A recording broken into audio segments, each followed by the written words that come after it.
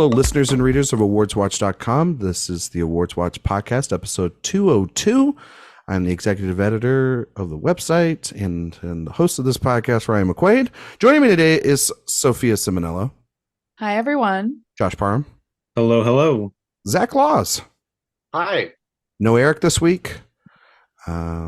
Everybody's relaxed now. There's no more film festivals, at least for a couple of days. Well, I guess if New York's going on started, yeah. New York's got press screenings, but like the actual opening night starts at the end of this week by the time you're listening to this, and then next week start regional festivals, right? Because that's when Chicago starts, right, Josh? Like in a couple weeks. 2 weeks. Yeah, it's okay. Basically right around the corner. Yeah, and then I think right at the same time Josh is doing Chicago, there's Mill Valley, which Eric will be at. I'll be at Middleburg, and then there'll be AFI, where Sophia, Zach, and myself and Eric will be to cover that. And then at the end of October, we'll be done with the film festivals, and we'll take a quick breath for a month, and then we'll start getting into all the award season stuff. So it's just going to be a normal episode, no Oscar talk, but we're still here to talk about movies. And I think that 2023 so far has had a really good slate of movies. We were talking about this before we got on here, but one thing that I did look at a lot was there's a lot of really great debuts that have premiered at the film festivals, that have been at a couple different ones, like Raven Jackson's All Dirt Roads Taste of Salt, which is one of my favorite films of the year. Another film that a lot of people really loved, and it's going to be on Netflix later this week, is Fair Play, which stars Phoebe Dynevor of Bridgerton and Alden Ehrenreich. It played at Sundance Film Festival, as well as it also played at the Toronto International Film Festival. We're not going to talk about that film because I don't think everybody here has seen that film, or well, I have. Well, Josh has. I had. I thought it was good. Josh did. Yeah, it's a good movie. Yeah, it's a good movie. It's a good debut. I enjoyed it. But we're not going to talk about that film. We're going to do something inspired off of that, which is we're going to do our top 5 directorial debuts. And with this crew, it can only go as long as you think, because there's so many directorial debuts. We've kind of gone down an extensive list. Like, guys, I joked about it earlier, but I am curious, like, was the homework assignment that I gave you like as daunting as I think it is? Like, it was a pretty daunting ask to like, give me 5 films from directorial debuts that you love, right, Sophia? It was really, really challenging. And I think one of the things that I struggled with is just how I think personal I wanted to make my list, or how true to me I wanted to make it, because there are so many big ones, like huge classics that just happen to be directorial debuts that you would never think of right away, like 12 Angry Men, Maltese Falcon, The 400 Blows, Citizen Kane. I mean, there's so many that I was tempted to include, but I actually decided that I didn't want to make like a best of list necessarily, but just a list that felt right to me. So my personal top 5 directorial debuts. But it was hard because there were also some that were co-directed. So I was thinking, can I get away with doing a little solo directorial debut? But I stayed true to the assignment and just went with directorial debuts. Yeah. Josh, was this hard for you as well? Oh yeah. And I do find it really interesting that when you kind of look at a list like this and you are trying to make decisions about whether it's, the somewhat objective view of these are the best movies that were debuts and those that just really speak personally to you. And I feel like I did lean more on the latter. I think there are 1 or 2 in here that you would obviously say like have stood the test of time and are looked at as great films that have been made. But there's a couple in here also that it's like, I don't know if everybody would agree that this is one of the best debuts, but I think the movies themselves just mean so much to me. And I think that is what makes it a fun exercise at the end of the day. Yeah. Zach, what was your kind of like criteria for this? Did you have any special criteria? Yeah, I did actually. So, it's Roger Ebert had this thing he used to say that some great directors are born and others are made. And it's interesting when you look at like some of our favorite filmmakers, like Robert Altman, for instance, or, James Cameron, somebody like that. their first films are kind of bad, and it maybe took them a couple of tries to develop their voice and to develop their craft. And so often first films are just a way for people to get their foot through the door.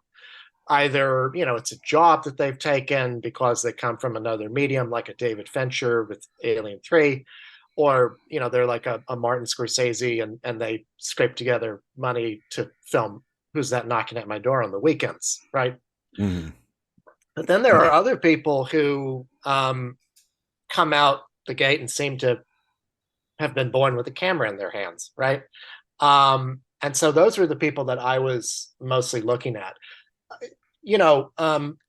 Like Sophia and Josh were saying, there's a lot of really great choices that have stood the test of time to choose from. What I tried to think about in narrowing it down to 5, it wasn't just like movies that I personally love, because there's a lot of them, and I have a lot of them listed that I couldn't put on. What I really wanted to try to get at with the top 5 was A, competency of the film, right? How well it's made. B, how far up the director's personal filmography I would put this film, right? Like, does it stand the test of time in their body of work? And C, how fully does their first film express their voice, right? That they would continue, are there themes in these films that they would continue to explore throughout the rest of their filmography? So those were the kinds of things that I was looking at. And even then, it was hard to narrow down. Like, I think I got to like 15 and then was just swapping ones in and out from there. Yeah, I think I'm on the same wavelength as all of y'all. I was kind of like sitting there as we were going to do a different topic this week that would have been a much longer and daunting task, I think. And then I started looking at this about like Wednesday or Thursday, and I went, oh my God, this is just as bad. Like, what is wrong with me? And so I just started going down the list of some of my favorite directors. And I was realizing really quick that a lot of my favorite directors did not have some of my favorite debuts, because a lot of them, I think of somebody like you mentioned, Zach Scorsese, or, even someone like, that have good debuts, like a PTA or a Spike Lee or even Miyazaki. They weren't necessarily some of my favorites, like you're mentioning. They weren't like on the top tier list. And a lot of directors with their second movie being awesome and great. Yes, that's like our the follow-up episode. Like the follow. Yeah, we will do a follow-up where like second best film or like their sophomore efforts, because no, I actually think that like a sophomore effort can be either a real jump for a director, or it actually could be a couple of steps back, and it could be a real derail a once promising first debut. So I looked a lot at that. For my criteria, I picked films that I loved, and I also decided to take away recency bias. So that means that any film that had the year 2000 to the year 2023, I eliminated off the list. I wanted to kind of go back, because I think that these debuts, a lot of these debuts that I'm going to talk about, I think have influenced so many directors that I've talked to, so many directors that we've talked to, so many directors we've read about and known. And these movies, for me, are movies that are also a part of filmographies that they may not be perfect filmographies, but you can't tell the story of film without them. And I find them really fascinating. And that's for 4 out of 5. And then the 5th one is one that was ultimately just like, it's a good example of maybe you peaked right at your starting point, and it never got back there, even though you may have had some good films. Like, you peaked right there, and also kind of checks off some other things that you find really interesting about first time debuts, which it could be directors, it could also be actors who have been in the business that want to take their stab. You think of somebody like, as recently as somebody like all the movies that were at TIFF, and then Bradley Cooper with A Star Is Born and what he's been doing, Bo Burnham, Emerald Fennell, it's Greta Gerwig. They're, these actors that end up starting either, or Jordan Peele is another example. Wow, there's a lot. More recent of they started small with an idea and they branched that off through their popularity, but then it's also just, I picked up a camera, I did something on the weekend, and it changed the course of cinema. So with that said, we're going to get right into it. If anyone's ever listened to a top 5 episode with us before, we usually, when we all, we'll go 5 to 1 and we'll count them down. I will say this up front. I did not do a real ranking for this. This is, I know I'm usually I gotta be Mr. Ranked, and put them in order, but I'm going to talk about these from the earliest release to the latest release. And they also, technically you could kind of put them in that order. I might move them around just a smidge, but that's what I did this week, and I'll totally go back on myself and change that next week. But as we're talking about picks, if Sophia says a film that's on my list, or Josh says something that's on Zach's list, we will talk about that film in its totality in that moment, regardless of where it places on all of our lists. And we'll do that until all of our stuff's done. We'll do honorable mentions, and then we'll get out of here. So the order is going to be Sophia, Josh, Zach, and then myself. So Sophia, you're number 5. Okay. And you said we're doing honorable mentions at the end. At the end. Perfect. Okay. I will save them then. So my number 5, because I did the painstaking task of rank ordering these, my number 5 is a film where, so actually all 5 of my films actually are works from directors who had prior roles before stepping into the role of director. And this director, she was a screenwriter and producer, but didn't actually step into the director's chair until 1998. And I will be shocked if any of you have this on your list, because this is my fun pick. I know where you're going. It is Nancy Meyers' The Parent Trap. Almost. I think I had it on my list of honorable mentions, and I was like, I think Sophia might do this, but that's, I adore Nancy Meyers. Oh, go ahead. What were you going to say? No, go first. Yeah.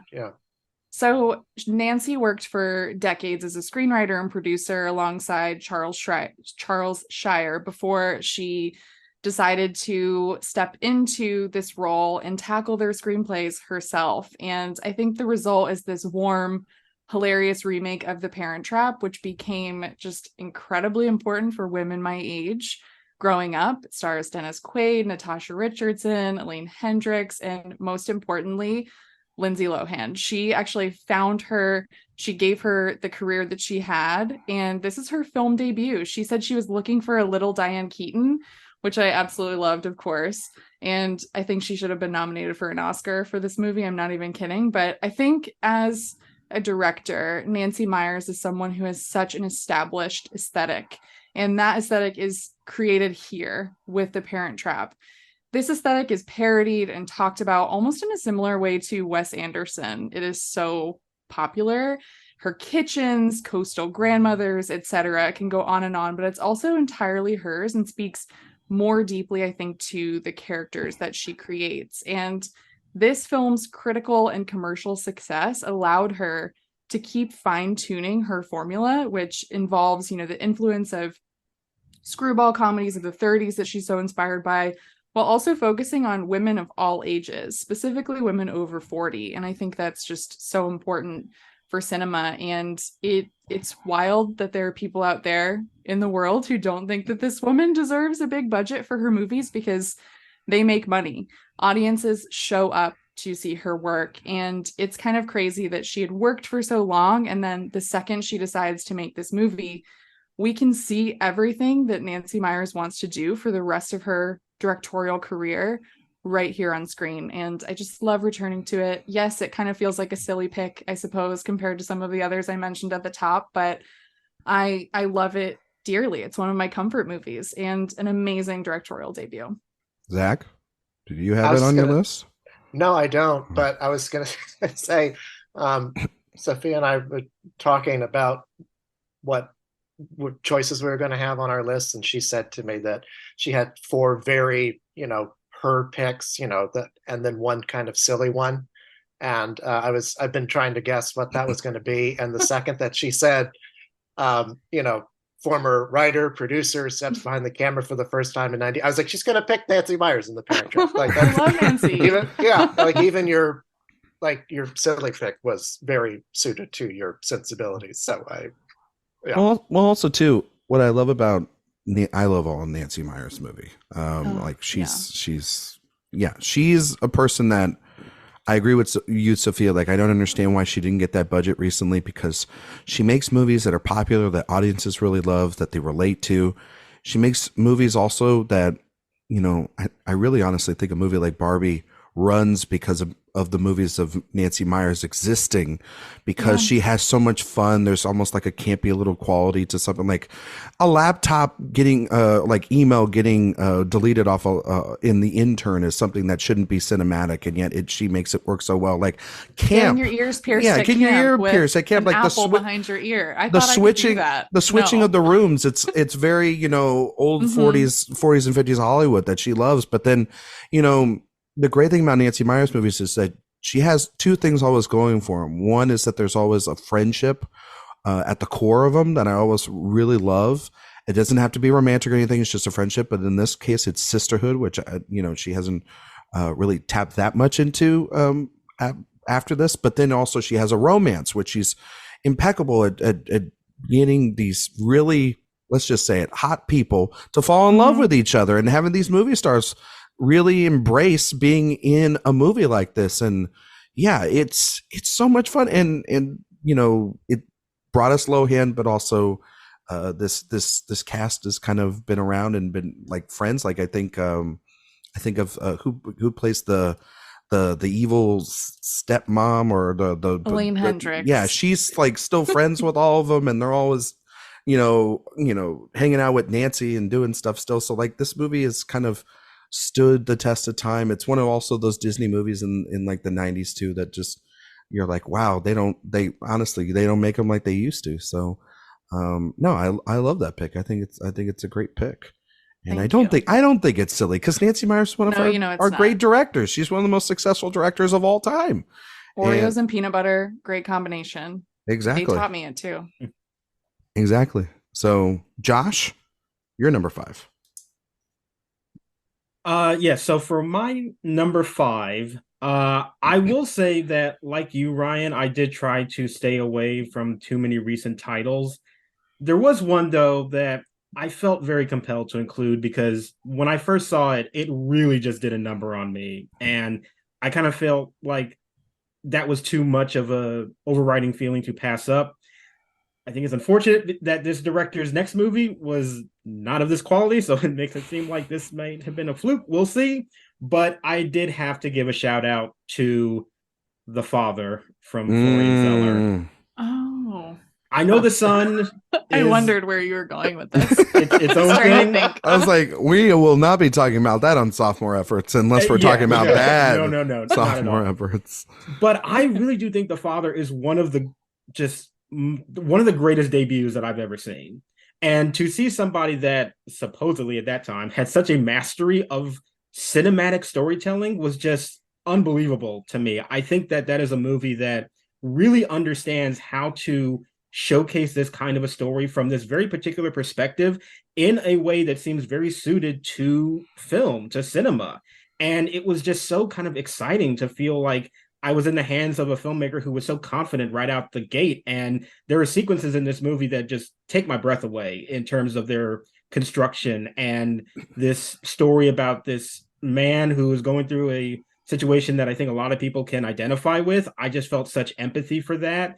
And it was just realized so brilliantly. And I mean, yes, you also have this great performance from Anthony Hopkins, obviously, that just tears you to pieces. But I really do think that the filmmaking is just so exceptional, and it really is one of the best debuts that I've ever seen. And it's unfortunate that a lot of that goodwill has seemed to have dissipated with his follow-up, but I think The Father is an incredibly strong movie, and I don't watch it a lot just because it devastates me every single time, and I am amazed at the direction of that film. I still say it's the best horror film of 2020 because it's a very visceral experience, and something that I remember watching it, Josh, and I have never seen this disease depicted that way before. And the sort of endless loop, like there's that sequence where like the camera goes and follows him literally around an endless loop one night at a dinner at the apartment, and it's just that is exactly how it feels. And I mean, I've had multiple family members that have had battled and unfortunately lost to this disease. So it is a lot, and Hopkins is obviously extraordinary, and so is Coleman and the rest of but it's really the blocking and the way that the camera is used and the yes. I remember the production this movie and people telling me like the production design is really good in this film. And I remember when it first started, I was like, it's an apartment. This is a nice apartment, but really best of the year. It's a little pricey, I don't know about this, but the minute you get the realization that this space changes, but it needs to change in a way that is still familiar to mimic what his mind is going through, that was just mastery to me. I never would have thought to conceive of that, and I just think that that's a brilliant kind of filmmaking decision that was it. As I said, it just took my breath away. And there's a lot of decisions like that in this film. So I think that, whatever happens with Zeller in the future, I think that this debut right here is still a very high bar for any filmmaker. Yeah, I don't know what he's going to do now. Doesn't he have the mother?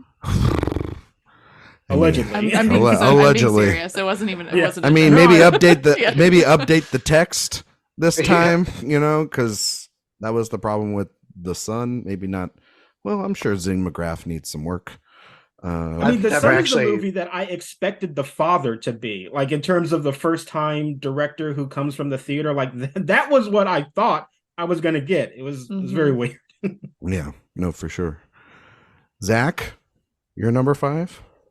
Yeah. When you said you didn't rank yours, I was half inclined to go back and redo mine in alphabetical order. But considering how mixed up I get whenever I'm doing things, I'm just going to leave it as it is. Don't want that. I don't want you to get mixed up, buddy.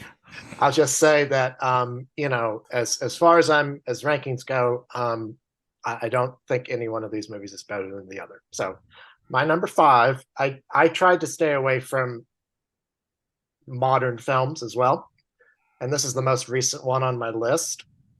But in terms of people who I think are, people who are like alive and working today and still doing some of their best work, I had to include this film on here, and that is Sofia Coppola's The Virgin Suicides.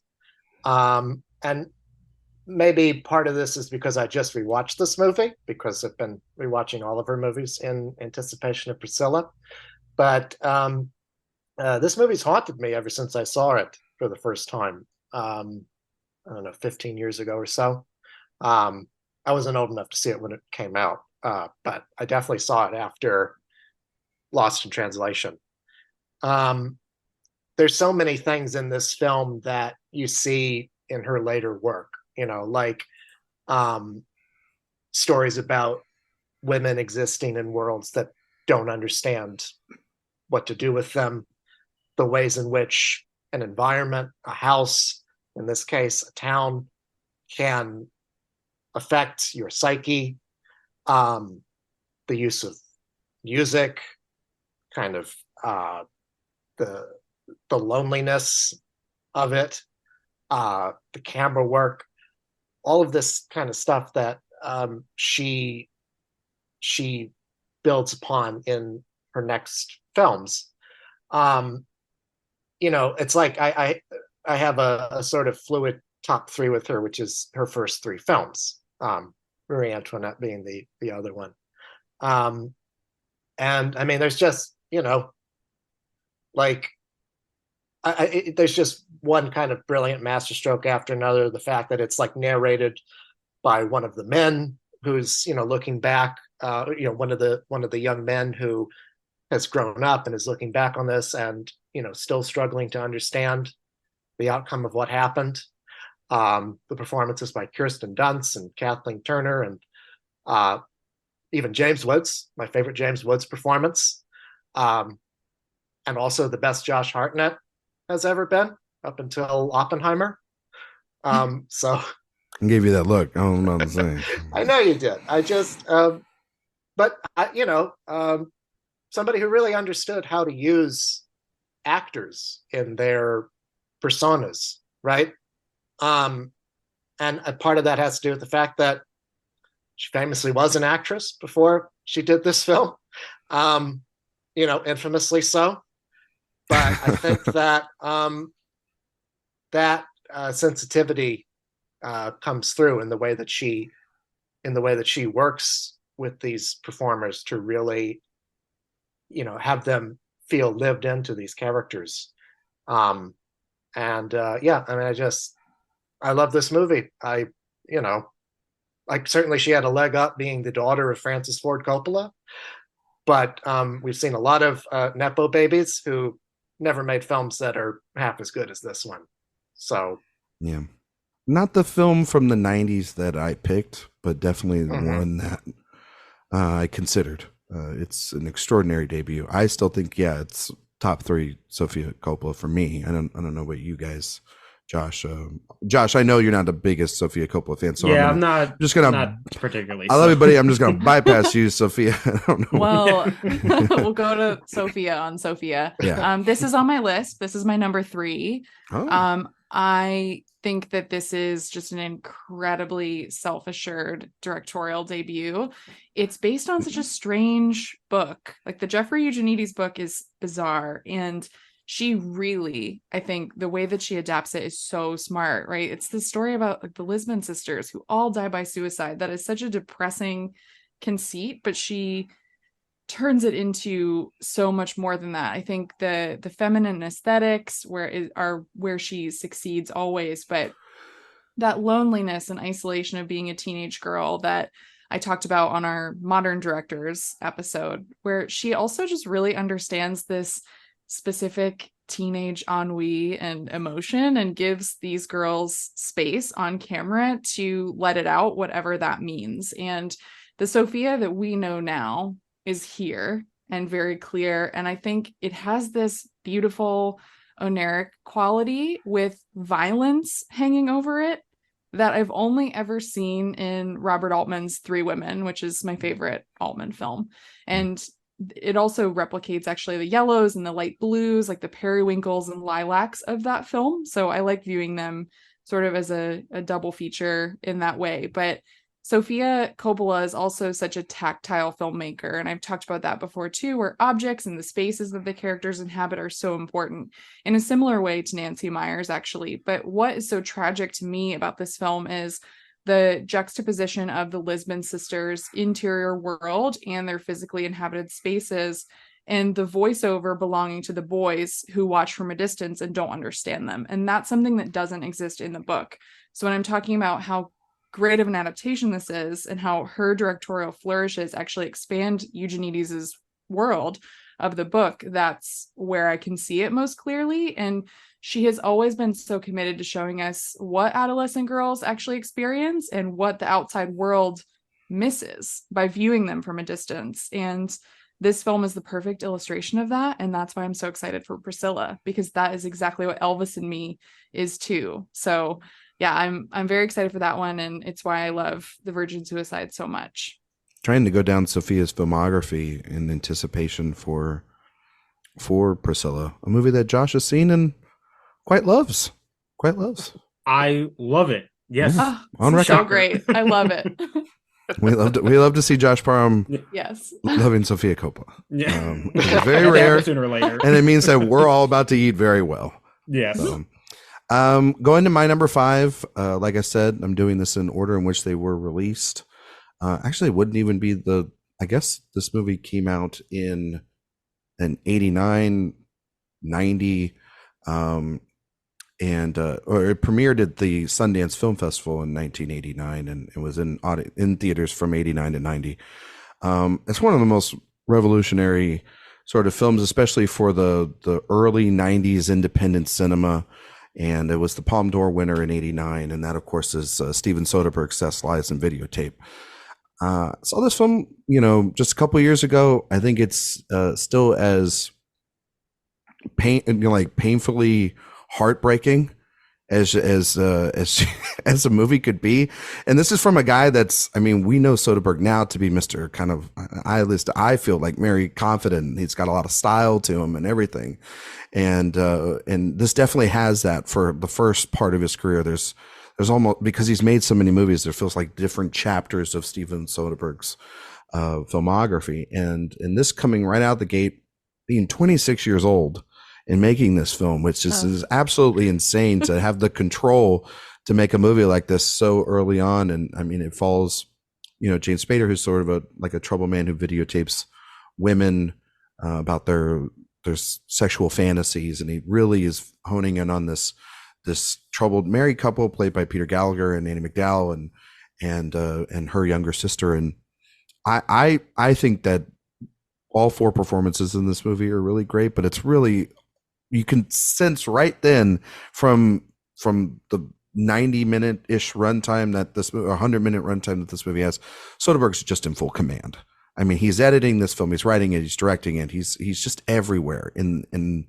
He's just able to create the balance needed to show the mundanity of this marriage crumbling, and yet the answers are kind of there deep inside of him, to the point in which I watch the ending a lot of this movie all the time, when Annie McDowell sort of does her confessional tape with James Spader, and I think it's just absolutely tantalizing, as well as also deeply sad, as that that means a chapter of your life is completely done. And Spader is just incredibly patient as a performer alongside her.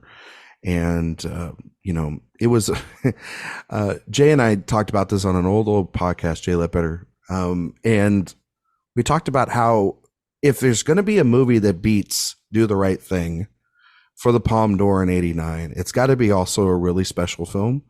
I don't know if I would still give the Palme d'Or to Sex, Lies, and Videotapes, but it's definitely a film that's carried on and really inspired a lot of the filmmakers that would come, like the Wes Andersons and the Sophia Coppolas and Tarantinos and everybody that would come after it, because it was this scrappy little production that got, enough legs to then carry on one of the more successful careers that we've ever had. And what a great way to start off your career too. Just like, I'm going to go to Sundance, I'm going to get a top prize over there, I'm going to go to Cannes, I'm going to win the Palme, and then I'm just going to carry on with, like, what has he got, like 900 movies he's ever released, and he's got 899. Exactly. But he's got so many, great films, and yet I still think that this is top tier Steven Soderbergh for me. I don't know if you guys have it on y'all's list or anything.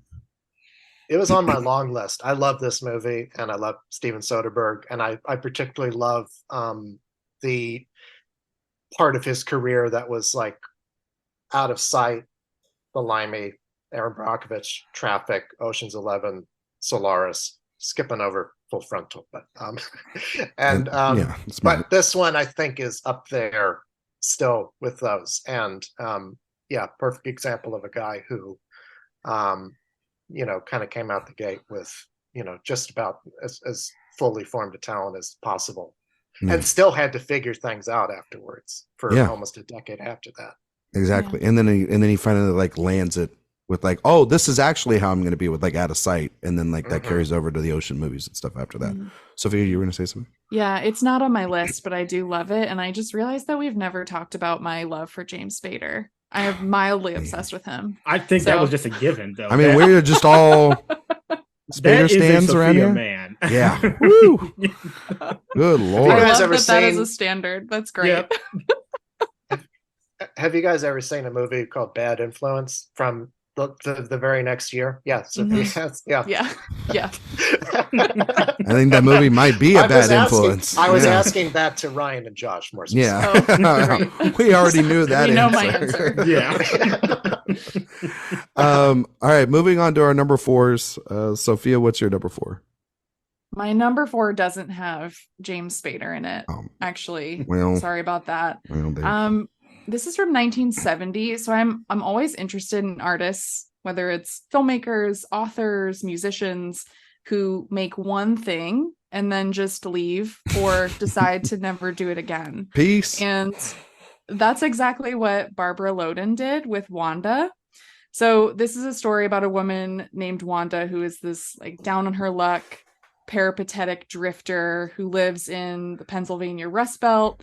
And the view of women that this movie has is just so anti-Hollywood and incredibly progressive for its time. It had distribution issues. No one saw this movie until like much later when it was screened. And she actually sent this script to a number of directors, but they just didn't understand this woman. So she decided to take it on herself. And what I think is so interesting also about this movie and what's so bold about it is that she wrote the film, she directed the film, she starred in this film that is about this woman who is more than just unlikable, I would say. And that word is thrown around often, I think, when we talk about women in films, but she isn't a villain or anything like that. She's actually just the type of complex woman who isn't even really illustrated or depicted in film today, let alone 50 years ago. And the direction is really effective too, because it feels like this barrier between the actor and the character and the barrier between what's created and what's real is completely dissolved. And that's something I think that's really hard to do. And it's also a really different kind of crime film than something like Bonnie and Clyde, which came out right before this, which totally glamorized crime, right? Like people wanted to look like Faye Dunaway and Warren Beatty in that movie. And this is similar in what it's about, but it's completely different in how it shows the characters. And I think it's really committed to showing the truth of a specific type of world or a specific type of person. And Barbara Loden sadly died of cancer before she could keep making other films. And this is the type of film that it just makes me wonder, like, what else could she have done if she would have been around longer? So definitely go watch Wanda if you haven't seen it yet. I know it's sort of an underseen film, but it is on Max right now. And maybe the Criterion channel too. I have the Criterion, so that's another thing if you want to get the physical media. Highly recommend. It is a must own on Criterion. Yeah, I did do a little bit of kind of penalty boxing, I guess, for one and dones. I kind of wanted to explore that. You know, there's a couple other films that are definitely on my big one on my honorable. There's a big one on the honorable mention list. But I might be mentioning it. Oh, okay. Josh might be talking about that movie here in a little bit. Then we all get to talk about it. But I forgot about Wanda, and how could you forget about that beautiful movie? It's extraordinary film, and don't go and stream it. Actually, go buy that piece of physical media if you can. It's an incredible film, that's for sure. A great Amy Tobin essay as well. Yeah, and a great cover too. Just all around, 10 out of 10. Josh, you're number 4. Well, first of all, thank you, Sophia. I actually was not really aware of that movie, so thank you for bringing it to my attention. So I would definitely try to seek that one out. So my number 4, I went with Mala Noche from Gus Van Sant. And this is like real indie. Like, it's very scrappy. You can tell that they didn't have a lot of money to put this thing together. It feels very much on the go, as like a lot of kind of mid-80s indie cinema feels like. But what I tend to really respond to with that movie is that it just feels so lived in with its characters and this sort of grungy world that they're in, but it feels like it's portraying it with such endearment. Like, I think a lot of Gus Van Sant movies tend to do, especially around his earlier era. I think he has such a great fascination with just characters in general.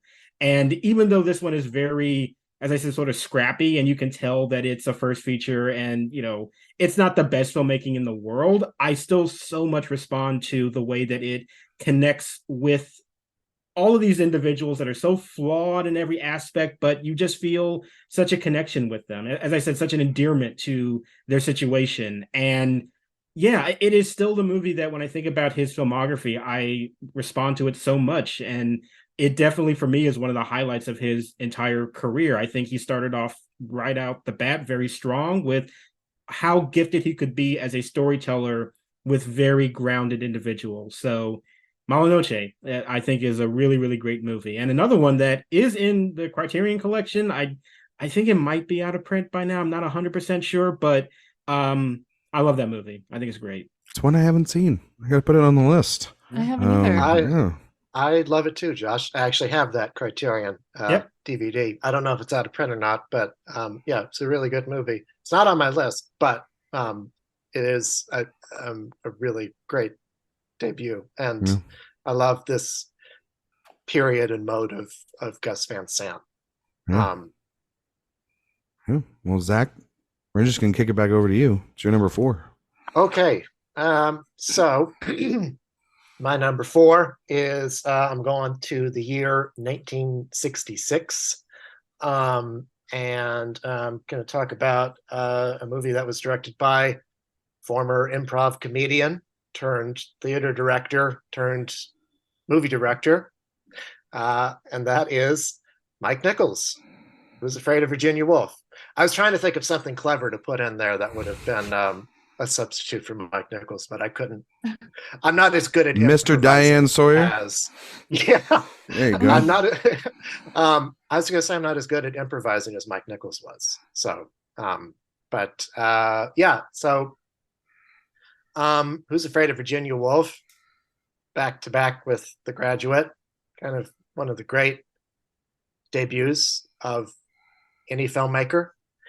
To make as your first film this incredibly difficult adaptation of a really dense text, and to from all the stories that Mark Harris has written about this in 2 of his books, right, both the Mike Nichols biography and Pictures at a Revolution, to have to assert yourself and fight with a very powerful writer producer, Ernest Lehman, who was trying to change this Edward Albee play for the worst when he was adapting it, and to also have to fight with 2 of the most difficult movie stars who've ever lived, Richard Burton and Elizabeth Taylor, and get their best performances out of them, right? And also to make it cinematic, reportedly fought a lot with Haskell Wexler, the DP, but was smart enough to let him give this film an urgency and an immediacy that recalls films like The 400 Blows and Breathless, or 8.5 also was a big influence that you can see on this. To lend all of that to this film and to make it something more than just what I think Warner Brothers was expecting, which was a very classy, Broadway adaptation that, would play well with older audiences. To do something that, was sort of one of the first steps in the new Hollywood, right? I mean, obviously The Graduate and Bonnie and Clyde are much more so that, historically speaking, but films like this, or HUD from earlier, The Pawnbroker, you see those little cracks in the old studio system style of filmmaking starting to erode. And I find this film to be so impressive on so many different levels. And again, I mean, the second best Mike Nichols film, and still incorporates so many of the things that he would be exploring in his later films, just like how fraught relationships are. I mean, he did this in Closer later on, and so many of his other films. So yeah, that's my number 4. Yeah, on my long list, my long honorable mention list. What a great movie! Yeah, just 4 powerhouse performances again, and Nichols, just like I was mentioning with Soderbergh, just confident out of the gate, having to fight left and right behind the scenes. That's what's kind of crazy about a lot of once you start getting older films, on these lists, the more you hear about the fights and the tug and pull from studios, as opposed to like something like Soderbergh, where it's like, you know, it's independently made, so you get to kind of do what you want, and if it works, it works. If it doesn't, it doesn't.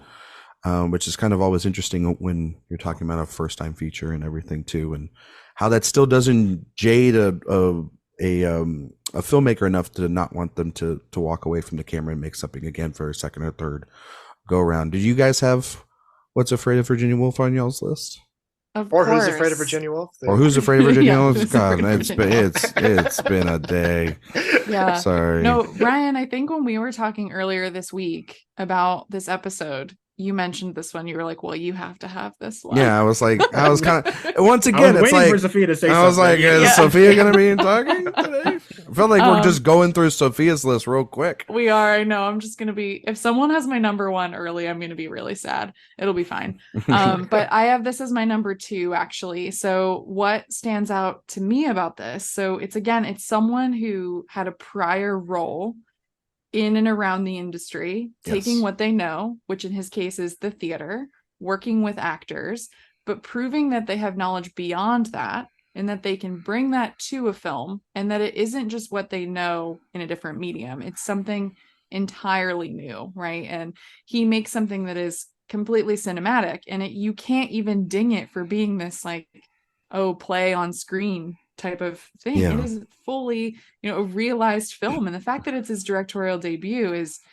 crazy. And I love films, as you can tell by what I've listed already, but also what's to come and what I've talked about before, that I love things that dive uncomfortably deep into suburban drama, specifically marital issues sometimes. And this, I think, does such a great job of that, in addition to everything that Zach said about the fights with Ernest Lehman over what to include in the screenplay, but also his, really fighting to get Haskell Wexler as a DP to shoot it in black and white because he knew Taylor's makeup would look a certain way and color. Just little things like that. Knowing that right out of the gate as a director is so cool to me, right? That's so neat. And I feel like, one thing that he said that was quoted in Mark Harris's book, Mike Nichols, A Life, that really stood out to me, where I thought, oh my gosh, I have to include this, is he's talking about kind of what you were saying, Ryan, of like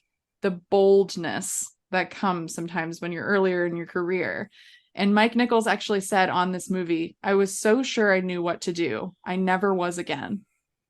It's like, this was the one time where he just knew, and he fought, and he really went for it. And years later, looking back on the experience, he thought to himself, how did I do that? How was I so bold and brazen to like go after these conflicts and fight for what I wanted? And later, when I had more experience, I didn't do that anymore. I wasn't so sure of myself anymore. And I think that's sometimes, not in his case, of course, but what some directors run into with their sophomore feature is, how do I live up to what I created with my first, or how do I better that? But they almost have too much knowledge. It's sort of like when you grow up and that fearlessness that you had when you were a child isn't there anymore. So I think that that's a really, really unique thing about him that he highlights from working on this film. And one of the most important things too about this film is that he gained a great mentor in Billy Wilder through this process. Yeah. And then that shows, because then like he goes on in his next film, and you're like, oh yeah. It's also There it like one of is. those things. Yep. Like you ever take a test and you're like, oh, I know I'm gonna fail it. And then you've been like talking to your friends and your sister, in your case Sophia, like all the night, oh, I'm gonna fail it, there's no way I'm gonna pass it. And everyone's like, no, you're gonna do great. And then you end up getting like 100 on it. Like it's nothing to really worry about, it's that's what it almost like.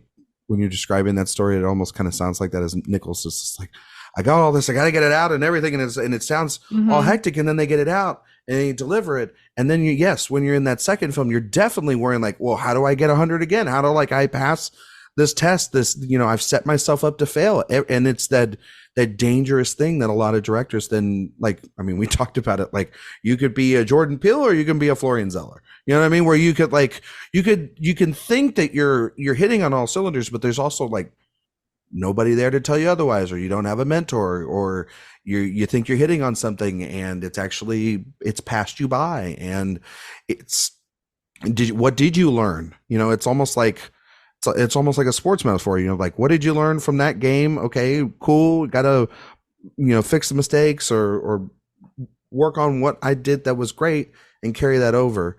And, you know, Nichols is also too one of the best directors to ever come from the stage into film too. And that's why actors were so comfortable. It didn't matter what the project was. They were just comfortable working with him because they could trust him, like you were mentioning, to just carry out these performances and be there for them, be on their side, which is what a lot of actors love. And that's what made him so unique. And he was also hilarious. Yeah, too, exactly. you know? And it's funny how he can go so fluidly from comedy to drama and can interweave those in his films. And another thing about this that I thought was really, really insightful in Mark Harris's book was how he talked about how things were, you know, in order to make the film feel cinematic, Nichols really thought about what are the advantages that you have when you're directing a play on stage, and what are the things that you have when you're shooting a movie, and how do those kinds of the pros and cons of each space, how can you pull from both of those spaces to make the best thing possible? So he really thought about it on all levels, and I think it shows when you're watching the film. He really did. He really did. And it's still one of the best debuts, like we've mentioned. Yep. It's a great movie. I will always remember, though, that before I saw it, I was talking with my mom, and I asked her what she had thought of it. And she said, it's good, but it is exhausting, which I thought was a weird way to describe a movie. And then I saw it, and it's like, oh, yes, now I understand. That's so true. It's a great movie, but God, it is like emotionally draining in a good way, Yeah, like in a very effective way. But it does get you on that level. It is an exhausting experience. Goes back to, like you're saying, just want them to go to bed. I'm Yeah. just go to sleep. just go to sleep. The next day will be there. No, but it just goes back to what you were saying, Sophia. Was a master of tone. He really was, and not a lot of directors are able to kind of hone it in the good and the bad projects. You know, my number 4. Talk about a guy that knows tone. From the get-go, from 1981, this man knew that he was going to make sort of noir action films. He knew he was going to have a tone throughout. He was going to talk about the criminal underbelly, and that man was going to make rippers the entire time throughout his career, and he's still potentially doing it this year. His name is Michael effin Mann, and that movie was Thief from 1981, starring the great Jimmy Caan. His movie kind of says it all in the title. All these other directors are like, oh, Virginia Woolf and all this. You know, he was like, no, this movie's about a thief. This movie's about a thief. He's just simple. Let's just make it about a thief. But it's so much more than that. Really, able to capture a great performance from Jimmy Caan, who's just in almost every frame of this movie. Nicholas Winding Refn completely ripped off Drive out of this movie. And the late great William Friedkin kind of tore him down a peg for it, because Thief is more than just about a thief. It's about the essence of the working man. It's also, it to me is a movie about you give yourself to an entire profession and watch this profession try to destroy you and eat you from the inside. You're just trying to make an honest living in America, and regardless of how you live, someone always thinks that they own you. I think that there's that scene towards the end of the film where he's talking about, you profit off the fruit of my labor and I want my money. And there's just sort of this bombastic ending that happens, play with that just awesome 80s music surrounding it. It is a movie that you think, okay, this is a great debut.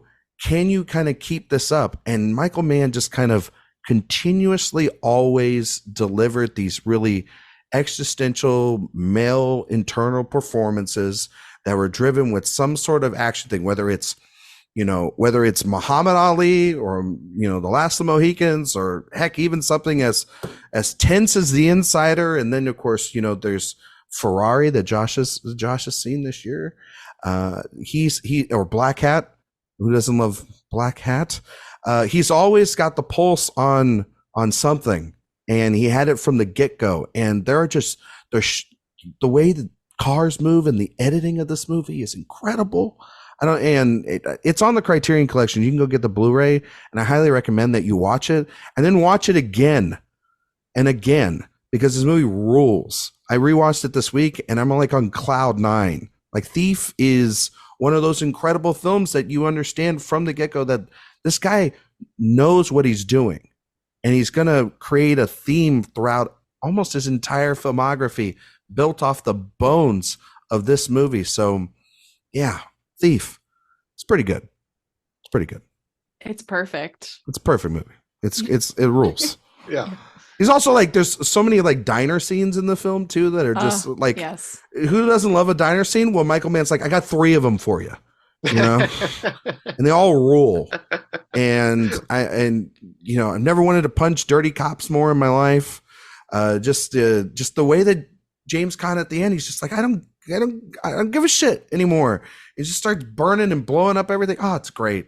Oh, it's so good. It'll also be shocking to 0 people that I also love James Caan. I mean, James Caan in those jeans and those like Henley shirts and like the leather jackets. That's total the leather Sophia jacket when they're at the diner. Yeah. I need to rewatch this. My God, though, Jimmy Caan got to stop getting killed in cars. It's got to stop. You know what I mean? So, yeah. Godfather. Great movie. Yeah. There's some other Michael Mann films that I like just a little bit more than that one. But yeah, Thief is incredible. And I'm also always going to support Chicago filmmaker because he is from Chicago. So I'm very happy about that. Well, House and Ferrari's good. Josh? Yeah, I did not love Ferrari, but it's a solid movie for sure. It's good. So it's great.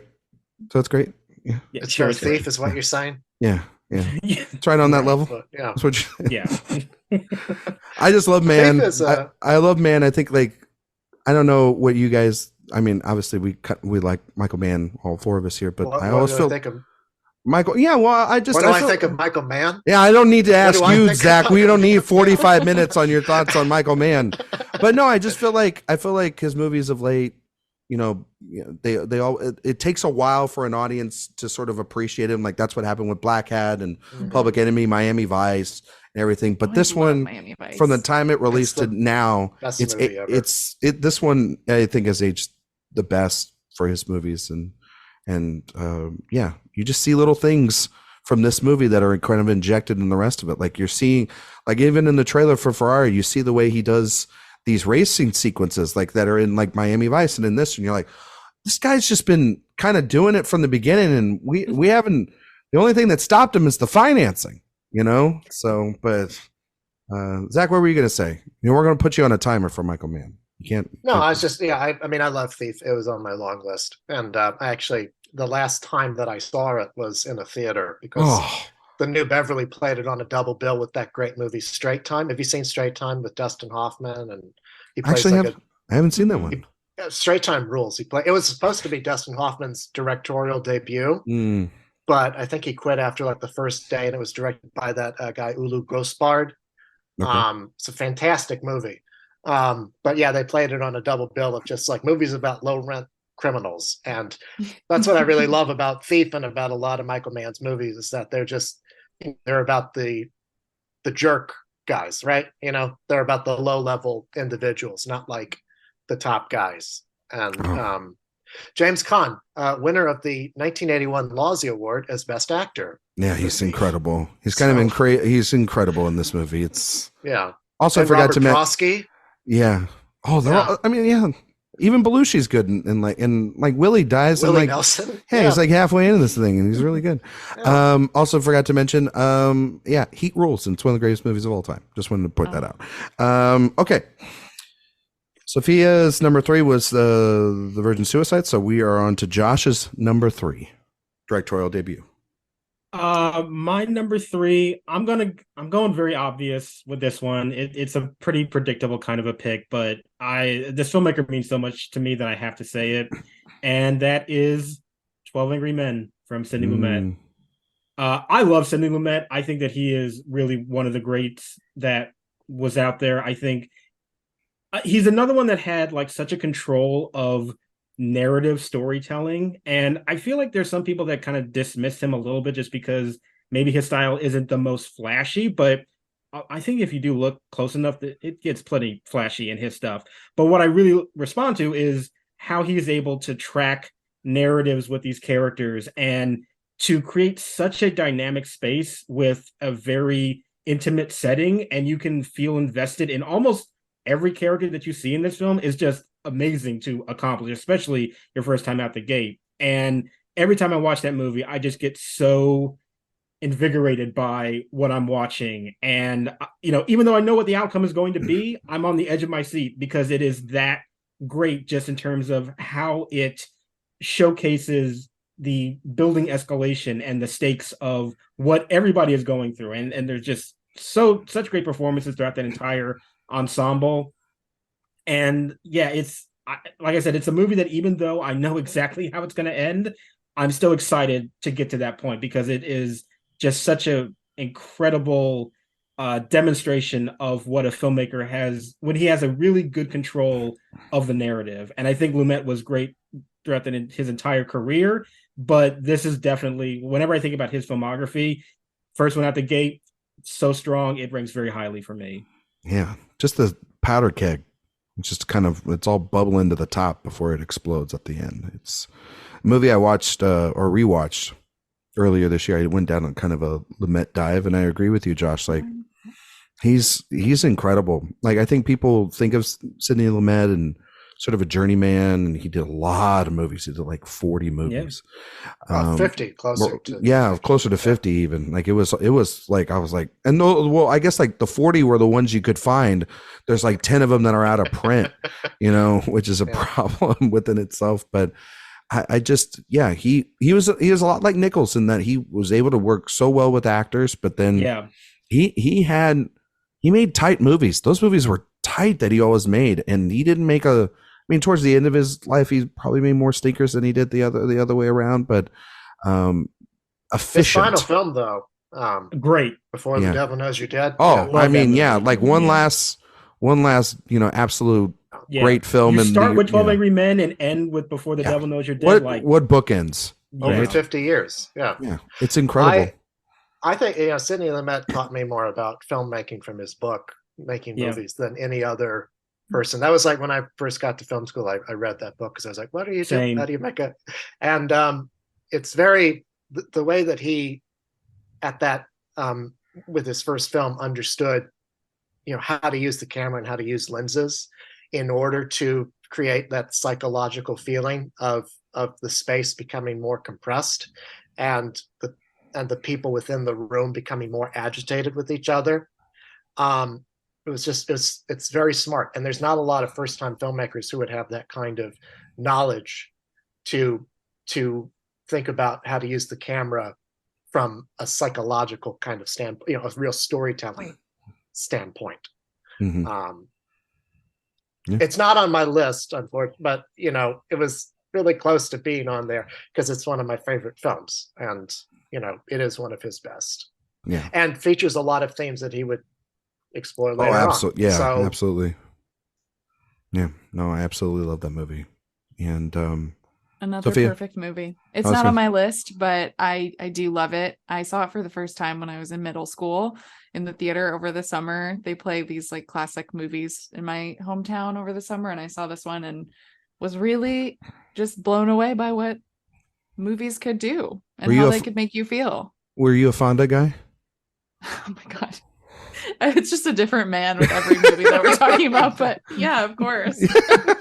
Yeah, no, I was like, I love how Lumet captures sweat on the characters. I remember that. It's just such a fascinating little detail. Yeah, a glass of water while you're watching that thing. Yeah. And one of my favorite Lumet stories that Faye Dunaway told around network time that I think also applies here is how he really let the actors go, right? Like if they had another line, but they decided to pause and he felt that their emotion captured everything that the words might not have even, he would just cut the camera. And that I think is just a really, really cool thing. But yeah, he's a great director. I love this movie. Yeah. No, I love it too. I love it too. Honorable mention, big time for me as well. Zach, you're number 3. Okay, my number 3. And I, was having a hard time narrowing these down because there were so many that I wanted to talk about. And I decided that this was one that I just had to put on because I love this filmmaker so much. It's from the year 1973. It's a movie directed by the great Terrence Malick called Badlands. Definitely more narratively focused than his later work would become, but in that it has a narrative. Well, excuse me. Days of Heaven has a story. Yeah. The Thin Red Line has there are multiple themes, stories. damn it. Themes. Yeah. The man just likes to look at the trees. All right.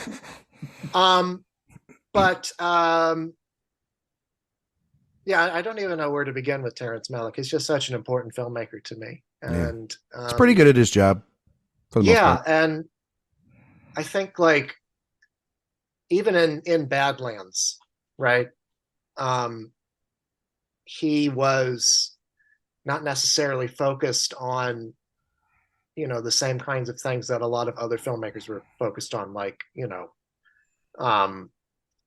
he, even in the very beginning, had this understanding about our place within nature, right?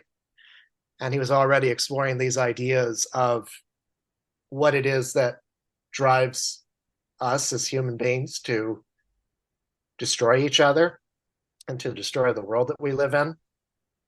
And that, gets more fully explored in things like The Thin Red Line, The New World, Days of Heaven. It's just there's so much beauty and thought and emotion in this film. And it's interesting that he would use as the basis of it, a very kind of salacious true crime, the story of Charles Starkweather. I hope I'm saying his name right. Like the original kind of true crime spree killers. From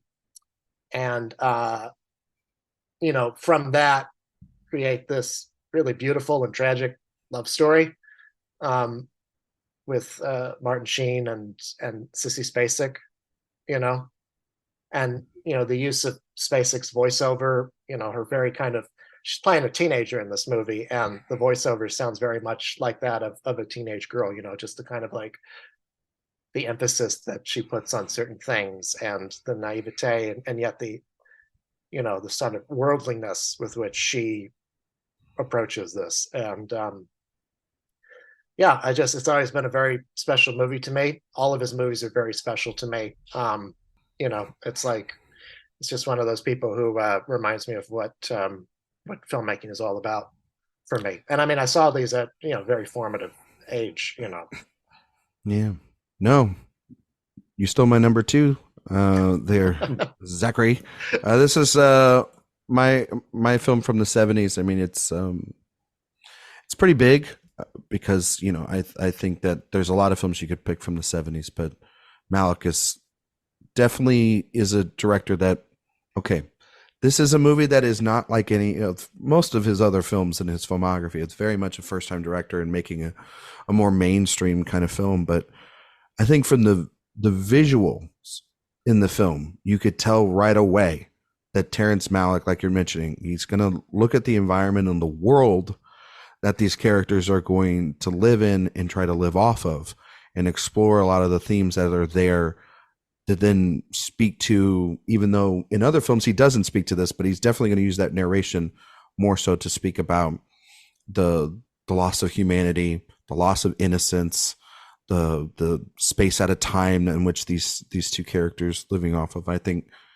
you also, the way that the film sort of looks, and it's unlike any other kind of, Bonnie and Clyde on the run sort of murder, crime film that you could see. It's still very soft and delicate, like most of Malick's films. And that's what I kind of love about it. It doesn't overstay its welcome, yet the tension's still there in it. I think that Martin Sheen smash, but also incredible in this film. Sissy Spacek too, extraordinary. But that sort of theme, it's a very simple theme, and it seems very like childlike, like you're talking about. But throughout the film, you start seeing and hearing less of it as it's going on, because of the fact that the violence is being risen, and Martin Sheen can't talk his way out of everything, and that's the realization of that this whole trip is over and these lives are destroyed, and how really it's either that this world kind of eats them up and spits them back out, even through their own actions. So rewatching it this past week, you see the plane at the end of the film where he's in the sky. And it's like, oh my God, this feels like a shot right out of Tree of Life, or the way that they're sort of living in this tree-like structure. It's those are shots that are very similar to the New World and to in Tree of Life as well. I mean, he's definitely, he decides to say, you know what, these scripts, they don't really mean anything, after that, and people's performances. And that's what we kind of love about him, because he's definitely a director that makes it in the edit, and kind of creates it there, which is kind of interesting. And that works for him. And then that also works against him. But this one, definitely, you could tell from the beginning, he had he had something to say and definitely something to show. And the violence here really is like, it's the afterthought, these are notorious murders, and it's secondary. Even the facts around them are very secondary. They're all inspired and stuff. So, I just found it really interesting as and it also made me just want to watch the rest of his movies too. Because once you watch this, and you just want to go down the rabbit hole, just like, I'm going to explore this guy's mind. But honorable mentions, I assume, for you, Josh, and Sophia as well.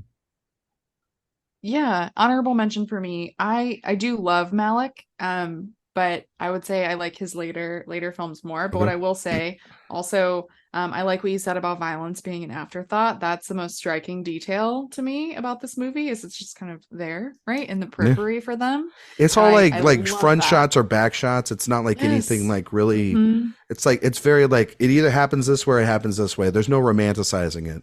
Yeah. I have to say too, though, 1973, incredible movie year. I've been doing a lot of 73 rewatches this year, and I rewatched this one earlier, and it really did. I think it really holds up. And others from the year too, of course, too. The Long Goodbye, Paper Moon, Don't Look Now, everything. But there's a lot of good movies you just mentioned. Yeah, a lot of good movies. Yeah, Badlands is good. I can run very hot or cold on Malick. I can feel that. Yeah. But I do like Badlands. Actually, Badlands is one of the two Malick movies that I actually own. The other one is The Thin Red Line, which I think is his best movie. Yeah, the movie's master. Yeah, the movie's master. But yeah, I do really like Badlands. I haven't rewatched it in a bit, but I think that's a really good one. And yes, Martin Sheen. He can get it. My God. Mm-hmm. I'll let you guys take this one. I mean, I am a sucker for t-shirt and jeans, and it's a good look. Mm-hmm. That's all I can say. None of you mentioned Warren Oates, and anyway. Now I'm thinking about Richard Gere in Days of Heaven. Oh my God! Okay, we can't start that. Continue. We can't do that. This podcast will get derailed if we did that. I'm gonna go back, since I went forward. Well, I guess I was going backwards in time. So I'll go forward back to the order I was doing it in, because that kind of threw off my plans there. But it's okay. I'm gonna go to the year of to just 1 year. 1 year before Thief, in 1980, there was a movie.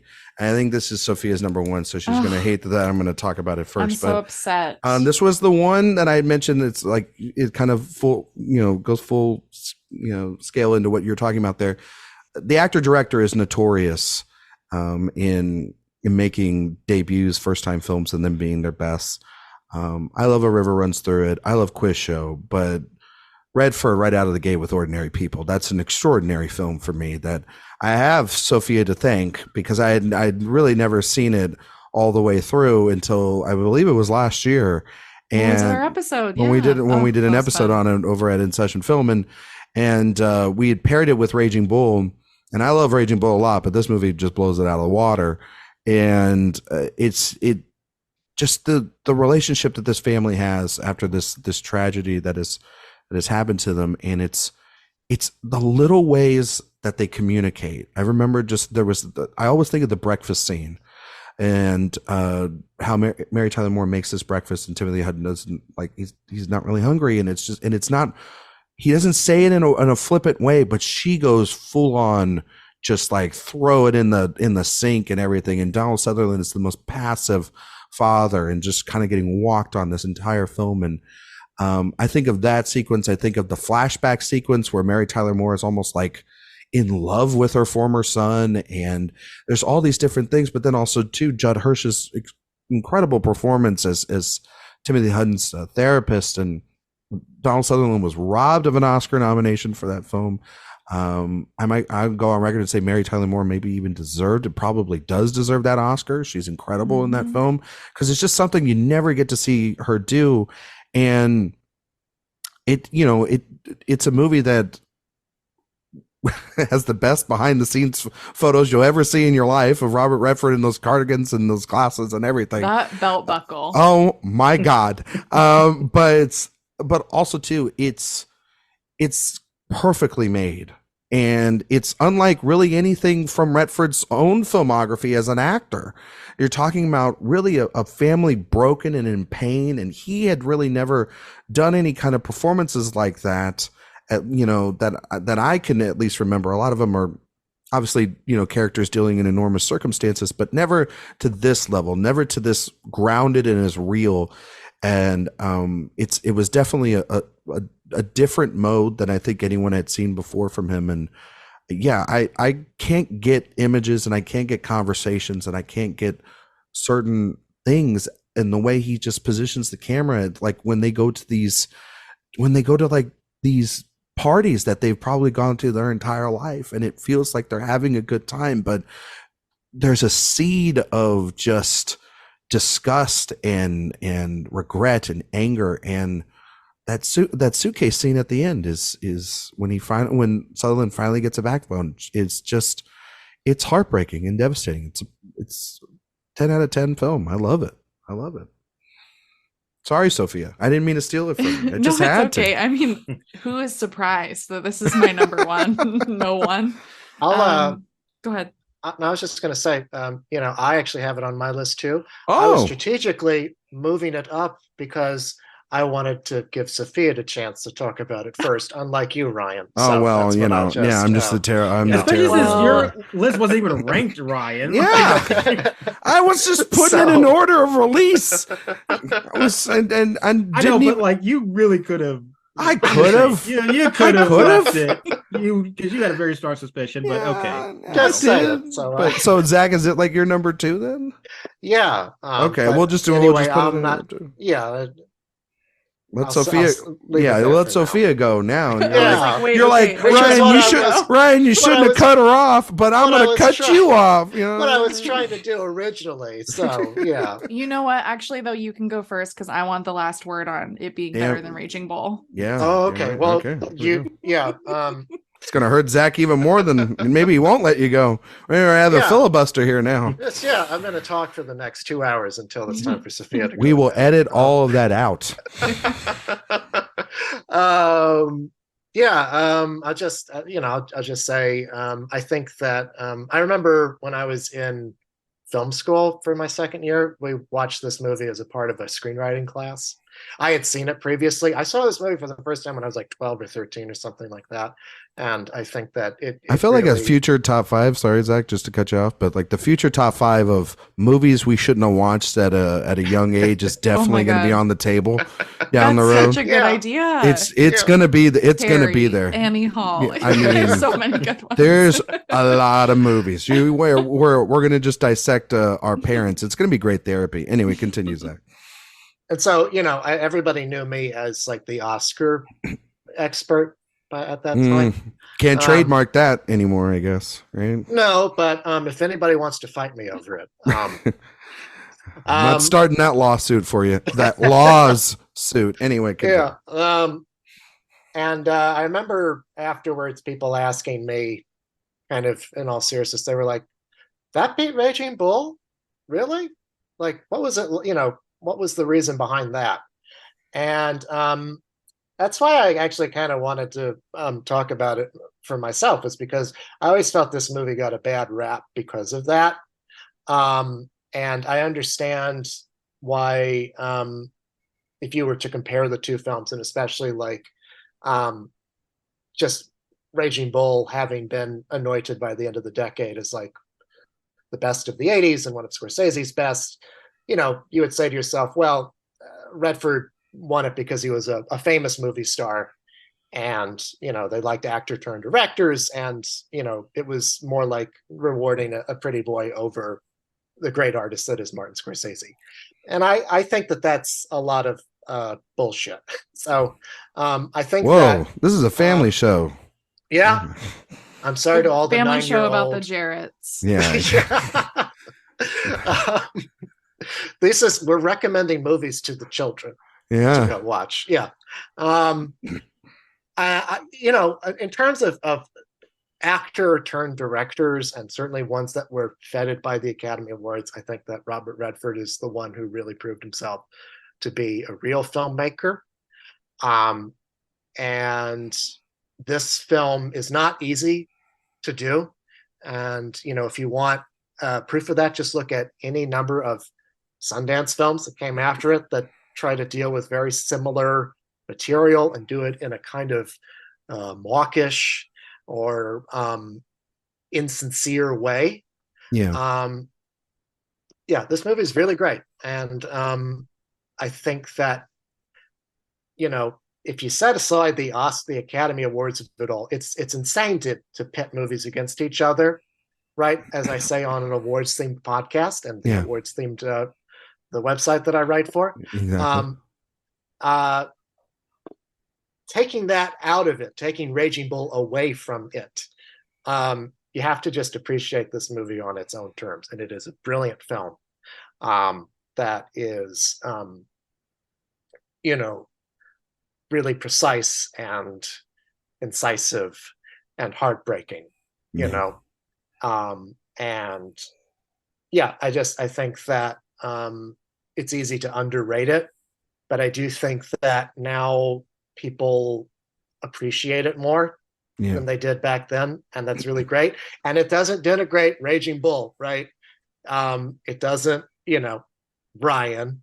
Okay. A little bit. You know what? Truth be told, I wasn't even going to mention Raging Bull. I just wanted to go last. A little bit. She just wanted to get me to she got you riled up. Here. She knew where you. She knew where you right in the. She landed a Jake LaMotta left hook. All right. She did, yeah. I have like a bruise on my soul at this very moment. Thinking, I just, that's all I'll say about it, because I know that Sophia, as is usually the case when we have similar movies on our lists, will say what is on my mind in a much more clear and precise manner. So I'll let no pressure. Talk about no pressure now. People. Yeah. Well, that's all the time we have. No, I'm just kidding. That's it. No, I love Ordinary People so much. I watched it for the first time when I was in high school, and I actually grew up in a really similar environment, suburban Midwest, and I was a swimmer in high school. I had a lot of similarities to the Jarrett family, thankfully, though not with their grief or with their parental dynamic. Anytime I talk about Ordinary People on a podcast, I have to mention that so my mom isn't offended. Mom, you are not Beth Jarrett. Very different. So I just feel that this is it's a film that hit me so hard. And Ryan, we talked about this on that episode, which everyone should listen to, where we go into more depth about it. But that one of the things about the movie was that it hit me way too hard at the time, where I just couldn't watch it again. I thought it was one of those movies that I would never return to because it felt so personal and so specific. And then I watched it again in college, and I rewatched it multiple times in a week. I was just hooked on it, and I felt it was so beautiful. It was just this delicate depiction of mental illness and grief that we have not seen since. really. Yeah. We haven't seen an achievement like this since, and it's so beautifully restrained. And why it's on my list really isn't just because it's a film that I love deeply and that I recommend to everyone, but because of this exercise, thinking of directorial debuts, I was thinking about what Robert Redford brought to this movie and who he was in the industry at the time. So at the time, he was known as this pretty boy actor who had been working for years. He was not taken seriously as a director. And he... Oh, you mean as an actor in general? He wasn't. As an actor in general, right? He's the pretty boy. He's like one nomination for the Sting because we're just gonna do it, and right. And not to bring up Faye Dunaway again, but in her book, she talks about how in 3 Days of the Condor, she even thought it was ridiculous that she was supposed to be afraid of him because she thought he was so beautiful, and that is, I think, what a lot of people think of him. And right, I agree with her, but what, in order to make this movie a success, it isn't just the script. The script is brilliant, but it's working with the actors to get some of the best performances that we have on screen. It's recognizing the talent and what that talent specifically can do and the effect that they can have on the audience. So taking someone like Mary Tyler Moore, known for her warmth, her comedy, that Midwestern charm that she has, and saying, you can turn on the darker side for Beth, and empowering her to do so and to deliver the best performance of her career. Watching Judd Hirsch's rapid fire delivery in Taxi and knowing that he could play the psychiatrist. And Timothy Hutton himself described Redford as a really clear communicator that had this aura around him that made you instantly relaxed. That's a good director. That's a director who can direct actors in some of the most difficult scenes they've ever shot. It's a brutal film, but it's also just incredibly beautiful and tragic, and I love it, and I will never stop singing its praises. Gosh, like the final scene is incredible. The way he does all the blocking in the film too, it's he watched so many great directors. That's the other thing too about why actor directors end up working out so well, is because they see the process, they see how it's done, they ask questions. It was a lot last year when Tom Cruise was doing interviews, and how he sort of learned how to produce and make films and want to make the films that he made. And he said, I asked Kubrick, I asked Scorsese, I'd ask all these greats questions because I'm curious. And there's no doubt that Redford asked all those questions of Bakula and all these directors that he worked with for 15 plus years, and then brings it here. And this is a very hard piece to pull off because of the tone. The tone of it could go very melodramatic and very off the rails.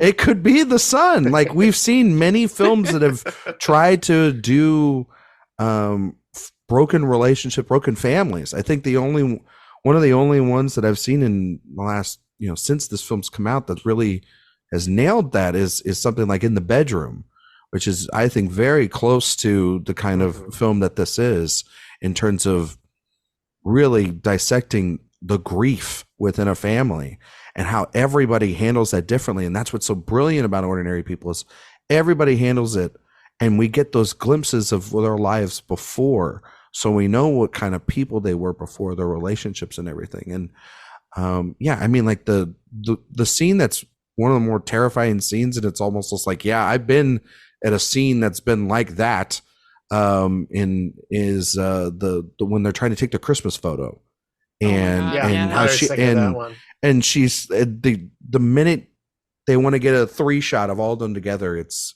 all the excuses are made to make sure that moment doesn't happen. But it's the one after that that's even worse, is when he wants to get a picture of the two of them. Yeah. The mother and the son. It's just the two of them. And it communicates a lot about their relationship. Dynamic. And in very, very uncomfortable ways. Even more so than that, I always think about the breakfast scene where she makes some French toast. Yeah. And he says, I don't have time to eat. And she very passively aggressively puts it into the garbage disposal. That's a directorial touch, because that's a visual communication of what their relationship is like. You get that dynamic from the very beginning of the movie, and that's good directing. Yeah, and then actors, and we see Sutherland at work and other places, and he's just quiet. He's just love Donald Sutherland in this. And his face at that kitchen table at the end, it's just it burns in my mind. And that ending too can feel also very melodramatic if you don't do that right, and yet it feels necessary for those two to survive.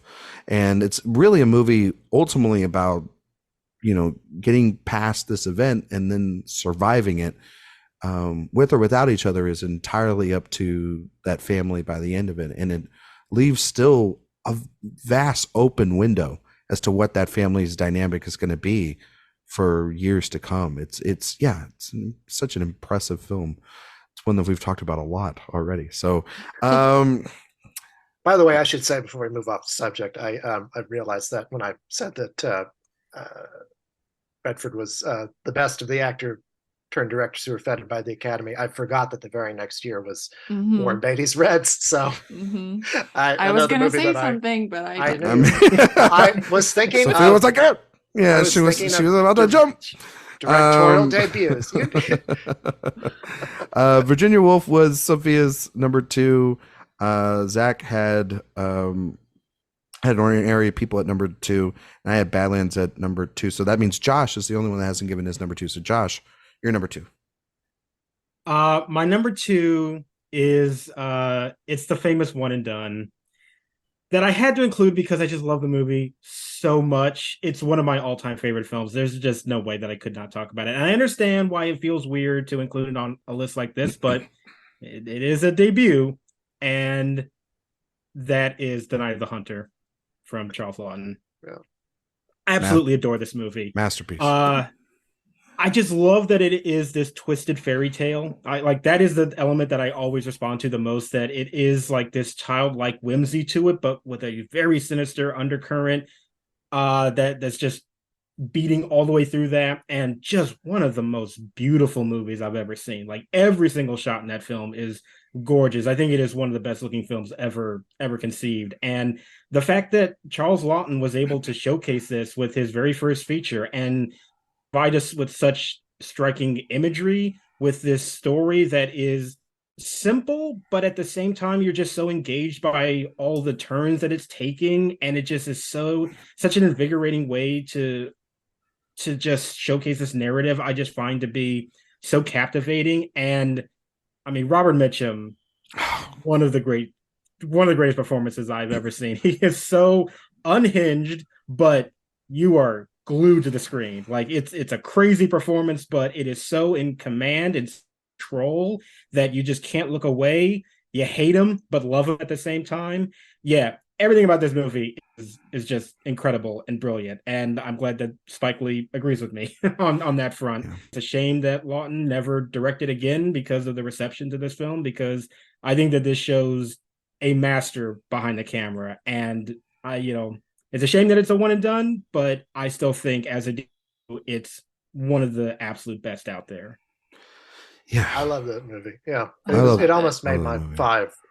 I watch it every time it's playing at the New Beverly or elsewhere because it's just so beautiful and so weird. Yeah, I think that's like, it's so weird. Mm-hmm. Yeah, I think about it often.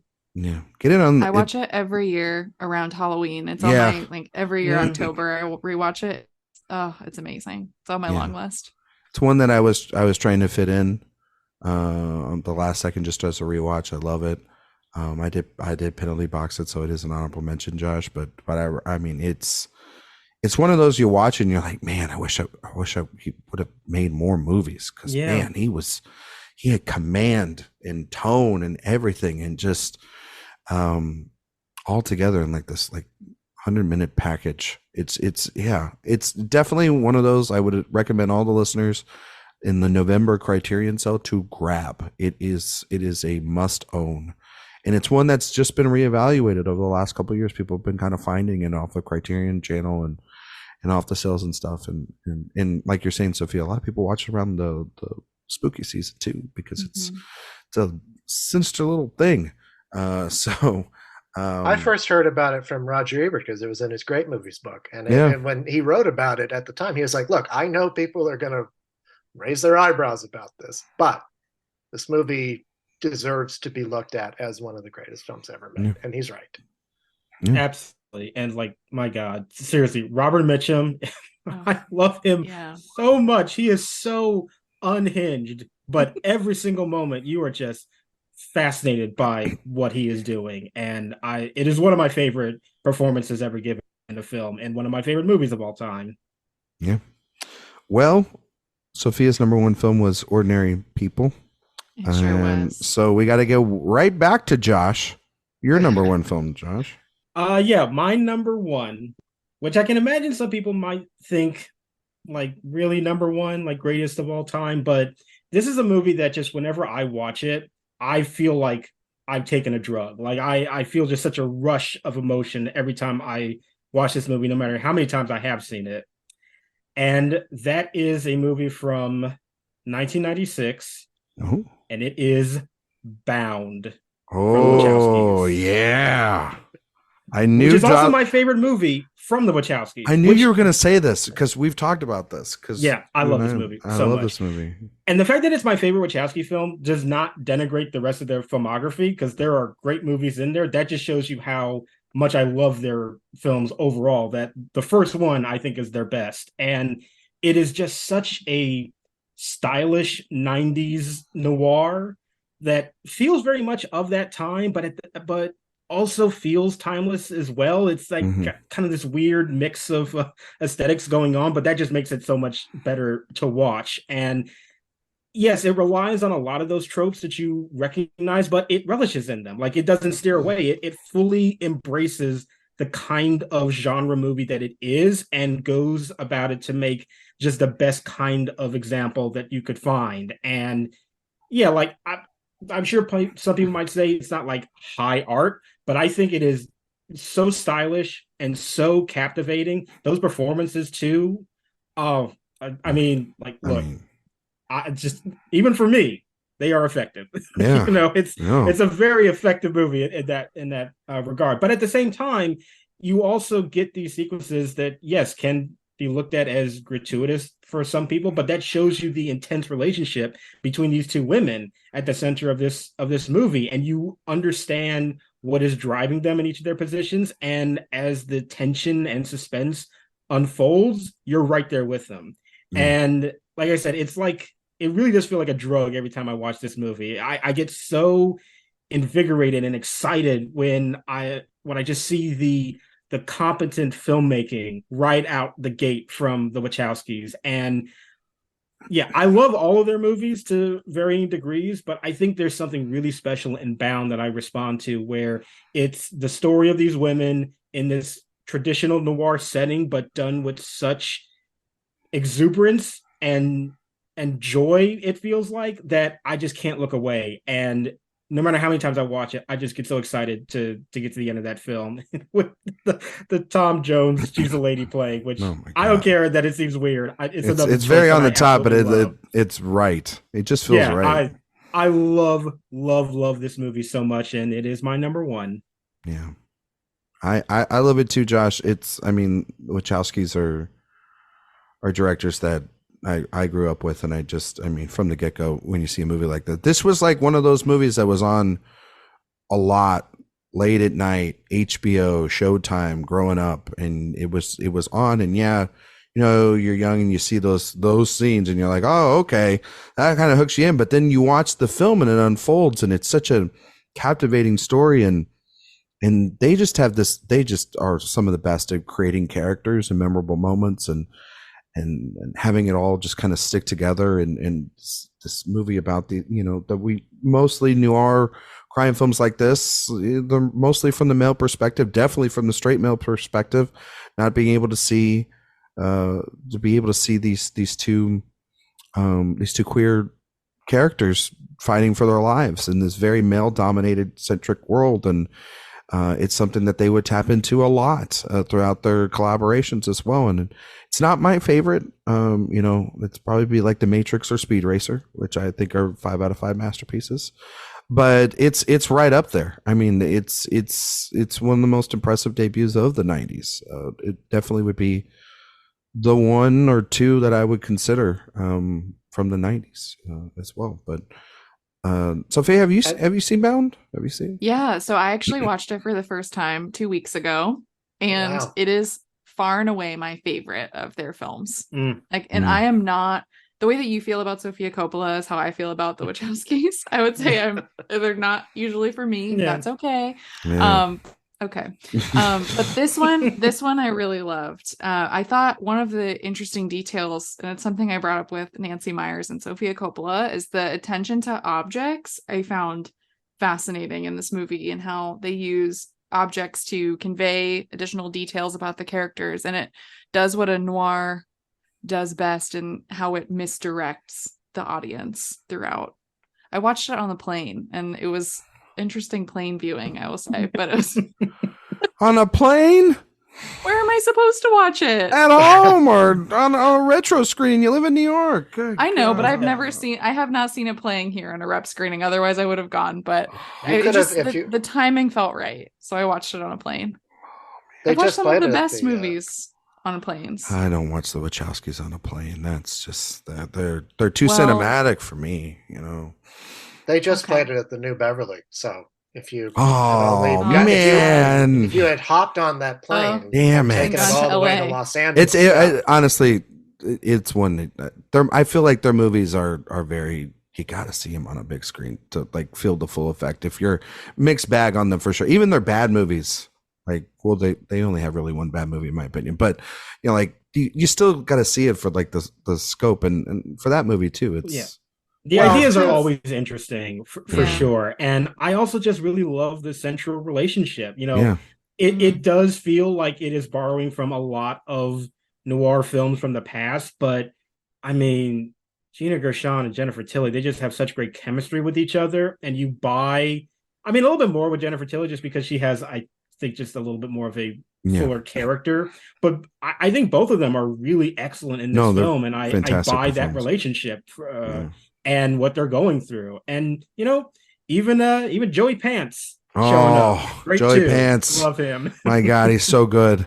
Sophia, I will give you the ultimate courage award for watching that film on a plane. That is, I don't know. No if one I, was seated next to me. So Oh, okay. That's Well, were you in the I had middle a whole seat row or to were myself. you on the aisle or did I you was watch on in the the middle? aisle, but I moved to the window and Okay, stretched out. that's you can't watch Yeah. that on the aisle. That's a non-aisle movie. No, I know. I realized that very quickly. I was like, okay, this is for Okay. another time. Let's But it's scooch on another over. movie. It's another movie where those sex scenes are important because they Mhm. show you Yeah. how intense this relationship is from the very beginning.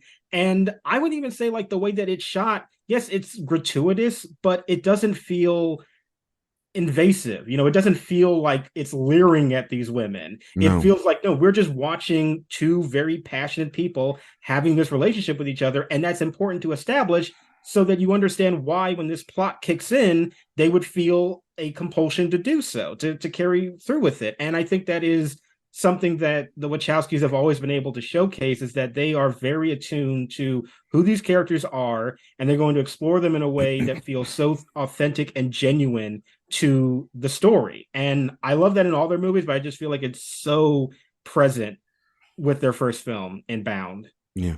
Well, and I think also this movie and The Matrix as well are very interesting to watch, because I actually did not see either of those movies until I was in my 20s. And by that point, at least Lana had come out and transitioned, and Lily transitioned shortly thereafter.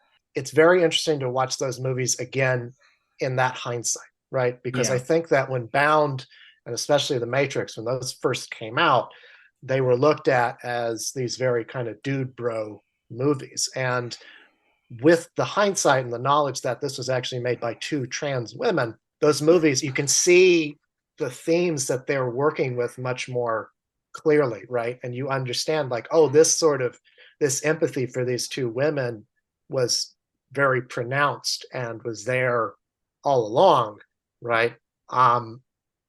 Just didn't notice it because you were looking at it through this lens of what we thought the movie was trying to tell us. I'll also say I watched this movie for the first time on a television screen, so don't give Sophia too much grief about not seeing it for the first time in a theater. Okay? I mean, it's not about a theater. It's I know. Plane. I mean, Ryan always criticizes me about the Wachowskis, whether I'm on the pod or just listening. That's so. that's very fair. Yeah, I can't ever get over that letterbox score of Speed Racer. I won't. I'll try it again. I'll try it again one day. Theater.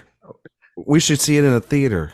Yeah, it was just playing at the Rent one out. Paris for. I will rent Big one and out. Loud series. It was just playing there, but I was across the pond in the UK, so I did not see it. I just love the Wachowskis because I feel like they have such an empathy for their characters, and it's not a lot. I know a lot of directors say they have that, but I don't feel it all the time. I feel like that with their characters. They just put so much empathy in them, and it really carries forward. So. Great movie, and it deserves to be them. #1 if for no other reason that it makes me incredibly attracted to these two women. Yeah, like that is a feat right there. I thought you were gonna say to Joey Pantoliano. Hey, you leave Joey Pants alone. He's a hot man. Just saying. There you go. There's that picture of them in the hot tub with That got picture. where he's I saw got the that picture cigars before I watched the movie, and you're I was just like, what you is know what this? movie This is you're great. getting into. You know what you're doing here. Zach, you're #1. Okay. So I've been like debating with myself what to do with my #1 because there's a very obvious answer, and I was going to do that answer, and that obvious one is Citizen Kane, right? Yeah. It's one of my favorite movies ever made. I think it's rightfully been called influential, and it deserves to be in the #1 spot. But then, like, I was listening to Josh's and Sophia's #1 picks, and I thought I shouldn't do the safest choice. I should do something a little more far out there. And so I'm going to give my #1 spot to a film from 1978. It was the directorial debut of one of our greatest living screenwriters, also our greatest living Facebook poster. Oh my god! That is hell yeah. Paul Schrader's Blue Collar. Yeah. Which is still one of his best movies. I think also this movie has special relevance right now because of what's going on in the world with the United Auto Workers strike. Mm-hmm. This movie, for anybody who doesn't know, it's Richard Pryor, Harvey Keitel, and Yaphet Kotto. They played these Detroit auto workers who decide to steal their union's pension fund. And when they break into the office, they find out there's actually no money there. What I find to be so interesting about this film that became a staple of Paul Schrader's work is he deals with harsh realities of life and human nature better than just about anybody. That's why Taxi Driver is so effective. That's why his films like First Reformed and Hardcore are so disturbing. And this one, too, I don't want to spoil it too much because I'm sure that a lot of people have not seen it who are listening to this. This movie gets at some truly uncomfortable truths about humanity and human nature and what people will do who have good intentions when they are presented with something that is more comfortable and favorable to their situation. And that's something that Schrader's done in all of his work. And I think it's, you look at the direction of this movie, it's not the flashiest direction, right? It's not like any of the other movies that, that we've talked about for the most part. It's a very simply made, very gritty, naturalistic type of film. But in that naturalism, Paul Schrader is able to better explore the kind of, the blue collar nature of these people. And, I think that he's just had one of the most incredible filmmaking careers of any director. And I love that he is now in this second renaissance where, he's making the kinds of films that stand up to something like Blue Collar and Hardcore and American Gigolo and Mishima and Cat People. Yeah. He's one of my favorite filmmakers. And I love Blue Collar. I would recommend to anybody who hasn't seen it should go out and watch it. It's one of my blind spots from Schrader. I feel like I need to go down the Schrader Well, I don't want to go down the Schrader rabbit hole because that could lead to some conspiracy theories, but and some I really thought you were going to say Careful. some Dark Knights. yeah, that was that'd be a lot of journaling. That's for sure. One thing that's not in this movie, no one is journaling. You know what? And that's a Not damn single shame. person. Yeah. I guess Moleskine wasn't around back then, but I love Schrader. I think I mean, we talked about, me and Sophia talked a lot about him over at In Session Film last year when he was doing Marty stuff, and I think he's making very interesting films. They don't always work for me nowadays, but he's making very interesting films, and yeah, very important voice. But God help those PR teams for those studios that buy his films. Magnolia Pictures, shout out to y'all for having to make him go radio silent again this year for Master Gardener. It's always an interesting conversation around Paul Schrader and his work. It's a little bit like a former president, just like get off the pod and stop Facebooking. But he's also don't you? No, please. we have to. No, the Paul Schrader Facebook posts are such important text for history. It's as interesting as some of his screenplays, that's for sure. And like, this is the thing. Like, I think a movie like Blue Collar, I think the reason why Paul Schrader has been around for as long as he has been, and why it's just impossible to put him down, is like some of the things that he says, whether it's on his Facebook posts or in his movies, are just a little bit too real to ignore. Yeah, well, just in about 10 years, they'll all make sense. You know what I mean? Yeah, well, it's like, because this movie, I mean it, I don't want to spoil the ways in which the plot develops. No, yeah. But it gets, like, just like in First Reformed and, Affliction, all of his movies, it get at incredibly uncomfortable truths about human nature. Yeah. And I think that people want to deny that they would act or think this way, but Paul Schrader puts it out there, in really uncomfortable, raw ways. I got to put it on the watch list. I got to watch it this week. Same. And, I've never seen it. Never seen it. I honestly it's a blind spot for me too. So honestly think he would be a fascinating choice down the road for maybe a director watch series. I think that would be some interesting deep dives into his process and his mind when he was making certain films. That's for sure. Well, I'm glad I picked it because I figured everyone had seen Citizen Kane. Well, yeah, that is a movie that I did see that one in a theater. Oh, good. Well, I'll tell you, the reason I thought about putting it as my number one, the last time I saw it in a theater, they played a print of it alongside Mank, and I'm going to. I know everyone's sick and tired of hearing me bring this person's name up, but it was the day that Bogdanovich had died, and so I went to go see it as a sort of tribute to him. Not Mank, because I figured that if he saw that movie, he would have despised it. But Citizen Kane, at least, was a very special film to him, and for good reason. And I realized that I had seen that movie so many times that every time there was a splice where the film had broken and they had to cut a line out, I got thrown because I knew what line to expect next. And so I feel I want to make clear that I love that movie aside from just, the significance of it. I think it is as good as, its reputation. Yeah, Zach, it's such a good movie that it's my number one. It's the one that I yeah. Oh my gosh. Yeah. Oh, I'm excited to hear about this. Yeah. Actually, I for a while I'd kind of been on the whole like, Citizen Kane really that great, kind of thing, and you were one of those people. Huh? Yeah, but you grow. We all Josh. go through those phases. Yeah, we all grow through those idiotic I'm so happy phases. that you grew this week. Yeah. I watched it yesterday on the 4K, the stunning 4K transformation that the Criterion I saw you collection had on did. Letterboxd. And this movie rules. And there's a reason why it's so influential. I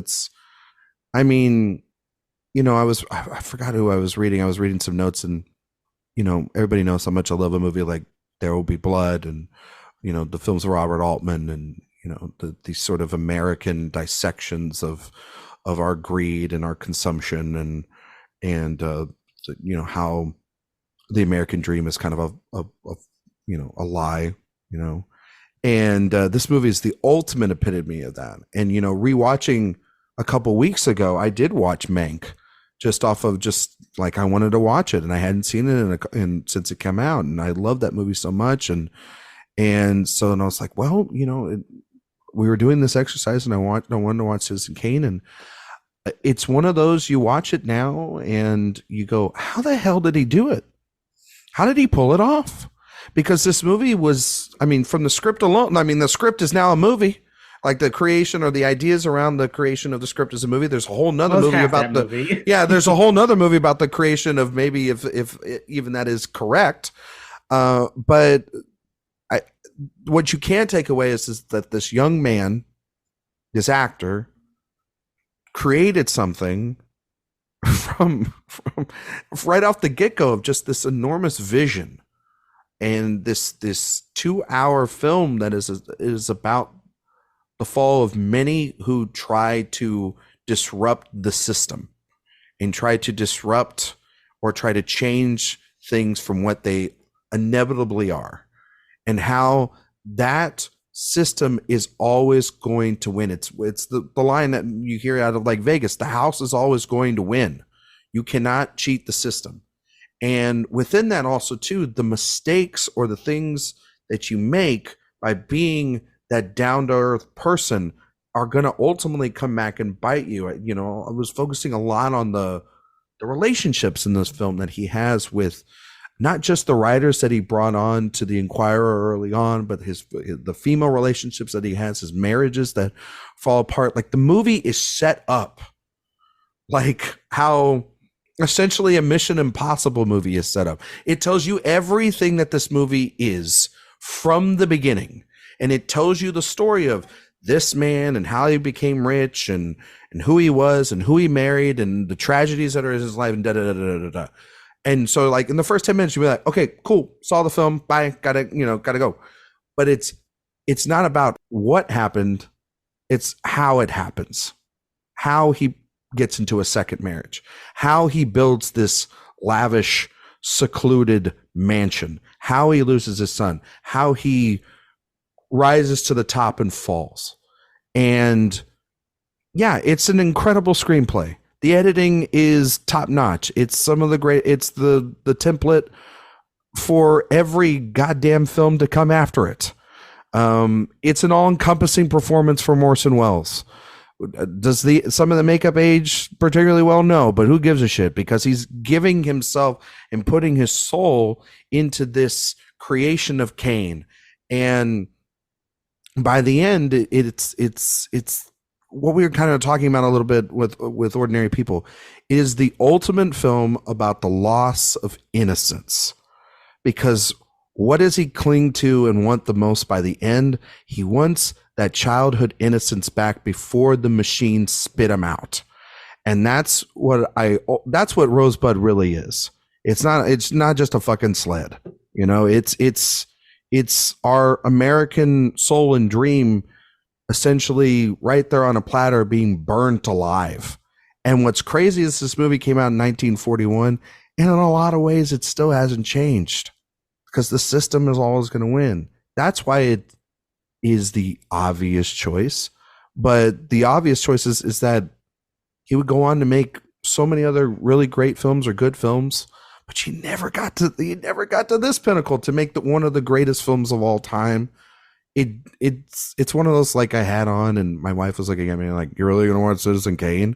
And it's come to that point in society where you're like, you're gonna watch Citizen Kane? Oh, you love Citizen Kane? Dirty derp. You know, because it's been on that AFI list since 98 or whatever as like the #1 film, right? And it hasn't changed. Or, you know, Sight and Sounds changes it up all the time. Like, I think it was like in the 90s or in 2007 when they did the update that it was still highly up there. And I think it was kicked out of the top 10 since. It should never be kicked out of the top 10. Well, it wasn't kicked out of the top 10. Was it out of the top 10? It was just out of the #1? I think it's I was just going to say, it was a big deal when Vertigo bumped it down. Yeah. Vertigo overtook it as the -- but it's still high up there. I love Vertigo. It's like #3 right now. Is it #3? I thought it got kicked way down because it felt like a lot of modern films that sort of kind of jumped it. I have to channel from memory here. But I just know that it earns its reputation as being that great. And I think, a lot of people want to put newer, more interesting things there, but there's a reason why. I was looking this up when we were talking about just the influences alone that this movie has on everyone. And it was a laundry list of directors. It was pretty much every director that it was of that era, and every director. This was the influences, the directors who have had it on a list of the greatest films ever made. Paul Greengrass, Kenneth Branagh, Satyajit Ray, Michael Haneke, Michael Mann, Sam Mendes, Paul Schrader, Martin Scorsese, Gillian Armstrong, Alex Cox, Milos Forman, Norman Jewison, Richard Linklater, Sidney Pollack, Stanley Kubrick, Francis Ford Coppola, the Coens, Luc Besson, Brian De Palma, Steven Spielberg, Ridley Scott, Sergio Leone, Stephen Frears, William Friedkin. I could keep going. And I haven't even mentioned the people that started directing films in the last 20 years or 23 years that I didn't even put on these damn lists today. It's that important of a film. And when you have that form of a film, I've said this before when we've done these lists, and Sophia knows this, sometimes the obvious answer is just an answer you have to put down. And to talk about the greatest debuts of all time and not talk about Citizen Kane would be a little ridiculous on my end. And then you rewatch the film, you're like, yeah, okay. Yeah, it's pretty damn great.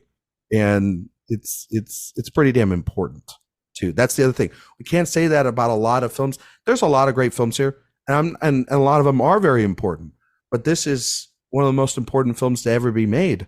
That's why it's on so many damn people's lists, right? Yeah, it's impossible to really judge art objectively, but I do think calling Citizen Kane the greatest debut ever by a filmmaker is about as close as you can get to an objective statement about any movie. And so, obviously that is the case. I chose not to talk about it because, I get you, Josh. Very obvious answer, and I wanted to talk about some other stuff. But obviously, as of 3 days ago, it wasn't on my list. And then I watched the damn thing, and I was like, God damn it, this is so good. It moves. But we all agree it's a great movie and absolutely deserves that kind of a title. Yeah, it just moves. God, that movie moves. It's such again, of like a veteran, but he's like, what? He was what, like 20 something? 26, 25, 26. So I'm booking in my list with two guys at 26 making movies, so.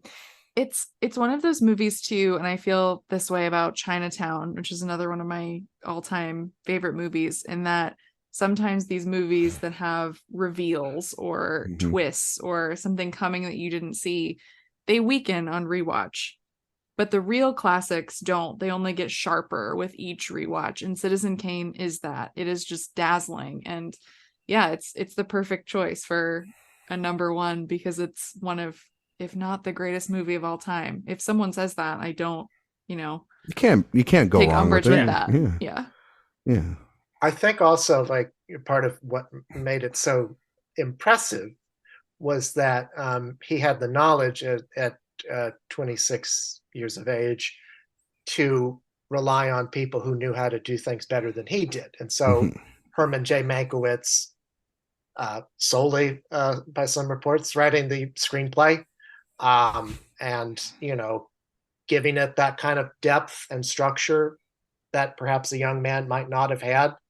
Greg Toland, one of the greatest cinematographers who ever lived, helping him figure out ways to use the movie camera that in ways that had never been utilized before. It's such a fun movie to watch when you understand how it was made, because you can see sort of the way that they would use process photography, or cutting holes in the sound stage in order to tilt the camera upwards, and using cloth ceilings. You'd never seen the ceiling in a movie before. All these and like the actors, this incredible group of actors who had been in the Mercury Theater with Wells, doing Shakespeare adaptations and War of the Worlds on the radio, giving them the freedom to create these fully fleshed out and realized characters, right? Like, even though he is the main show, all these people, Joseph Cotton, Dorothy Commander, they are given the opportunity to really shine, right? Yeah. And you mentioned that the central theme of the system always winning.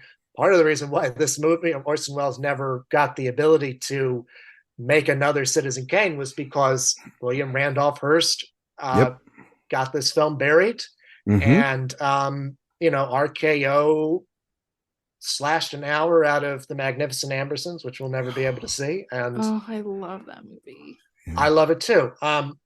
There's a great biography that Bogdanovich wrote about Orson Welles that has detailed essentially the entirety of The Magnificent Ambersons and all that stuff that you didn't see in the film because it's lost forever. And then I mean, the fact that the movie wasn't particularly a commercial hit at the time, and then it's one of the infamous "how did it not win Best Picture" sort of films too, and its legacy has gone through so many peaks and valleys, and I mean the fact that there were Hearst was literally calling, it's one of those where it's like, it can't be about him. Well, it is about him because he's trying to get the movie theater shut down, and you can clearly you can watch Mank as a sort of partner piece to it now in it, and it's kind of part of its legacy too. But if you just watch the film as like Josh and Sophia and you were saying, Zach, if you just watch it on as just a singular piece of entertainment, it's truly just a fascinating command that Welles has from the beginning, both not just as an actor. I mean, like, he loves a reveal. Like, watch The Third Man and watch this. He has that reveal. The paper comes down. He knows how to be very theatrical because he's from the stage. But he takes that sort of that grandness that you feel when you're sitting in a theater seat, and he expands that scope so much. And there's so many rooms in the movie that are just empty. Xanadu is within itself. Like, he's bought all this stuff, and yet it's completely devoid of any character, any soul. And it's just been stripped down to the bare bones by the beginning and by the end of the film. It's just somebody that, when you talked about Nichols earlier, and just how Nichols knew exactly what he was doing with Virginia Woolf from the beginning. However they got this script together, whatever the real story is, when they got to set, he knew exactly what he was doing, and it shows. And it just, again, when a movie moves at such a confident pace from the beginning, and you just are immensely being like, okay, whoever this person is, I can trust them going forward in delivering an experience like this. Maybe not the same film, but the experience of this throughout the rest of their filmography. And he definitely has that throughout his filmography, for sure. It's a very complicated filmography, like you mentioned, Zach, but I mean, it's Citizen Kane, and it's a boring answer. Yes, I know it's a boring answer. A lot of our listeners are like, it's boring, or it's Citizen Kane, or it's like, it's like The Godfather. It's like Casablanca, Gone with the Wind for some people. You put those films up on that list, and they are like the top 4 or 5 that are sort of mentioned all the time when you talk about the greatest films. But when you watch this one and you watch Casablanca and The Godfather, maybe not so much Gone with the Wind, you feel, at least for me, you feel that, okay, I understand the importance. I understand where we're at history, but I understand the vision that's on screen. And even Gone with the Wind, like, I get why people love that movie, but I understand why, when you're like, take your medicine with this one. No, this is good medicine. This is the kind of medicine that feeds the soul and has fed the soul of every filmmaker and then some that we've talked about on these lists today, before and after. So, okay. Honorable mentions. You just want to go? Let's just throw them out here. Let's go. Let's go quick. There's so many. There's so many films. Citizen Kane, obviously. In addition to everything that you guys listed, and I mentioned some of these at the top, but The Maltese Falcon being Huston's debut, that's a pretty perfect movie. I love Knife in the Water, Roman Polanski's Oh, that's so directorial good. debut. Oh, Yeah. I love it. It was almost on my list, just shy, because I like his other next movies so much more. I have to say my Warren Beatty duo. I do love Heaven Can Wait, but I understand that it's, a co-directed film. That's his directorial debut. I know, but his solo directorial debut, which is sometimes what awards bodies go off of, is Reds. So I just wanted to mention both of them because I do love both of them. Those are just great love movies. Reds more. And if Reds were eligible, it would have been on my top 5. Mine too. Love Reds. In the Bedroom, I think that Todd Field has a pretty great filmography. I had to put that on there. Unrelated, Joanna Hogg's directorial debut, I really enjoy. And a recent movie, semi-recent, that I actually watched for the first time this weekend to prepare for this, that's just short of it, but I think is a pretty astounding film, is Pariah.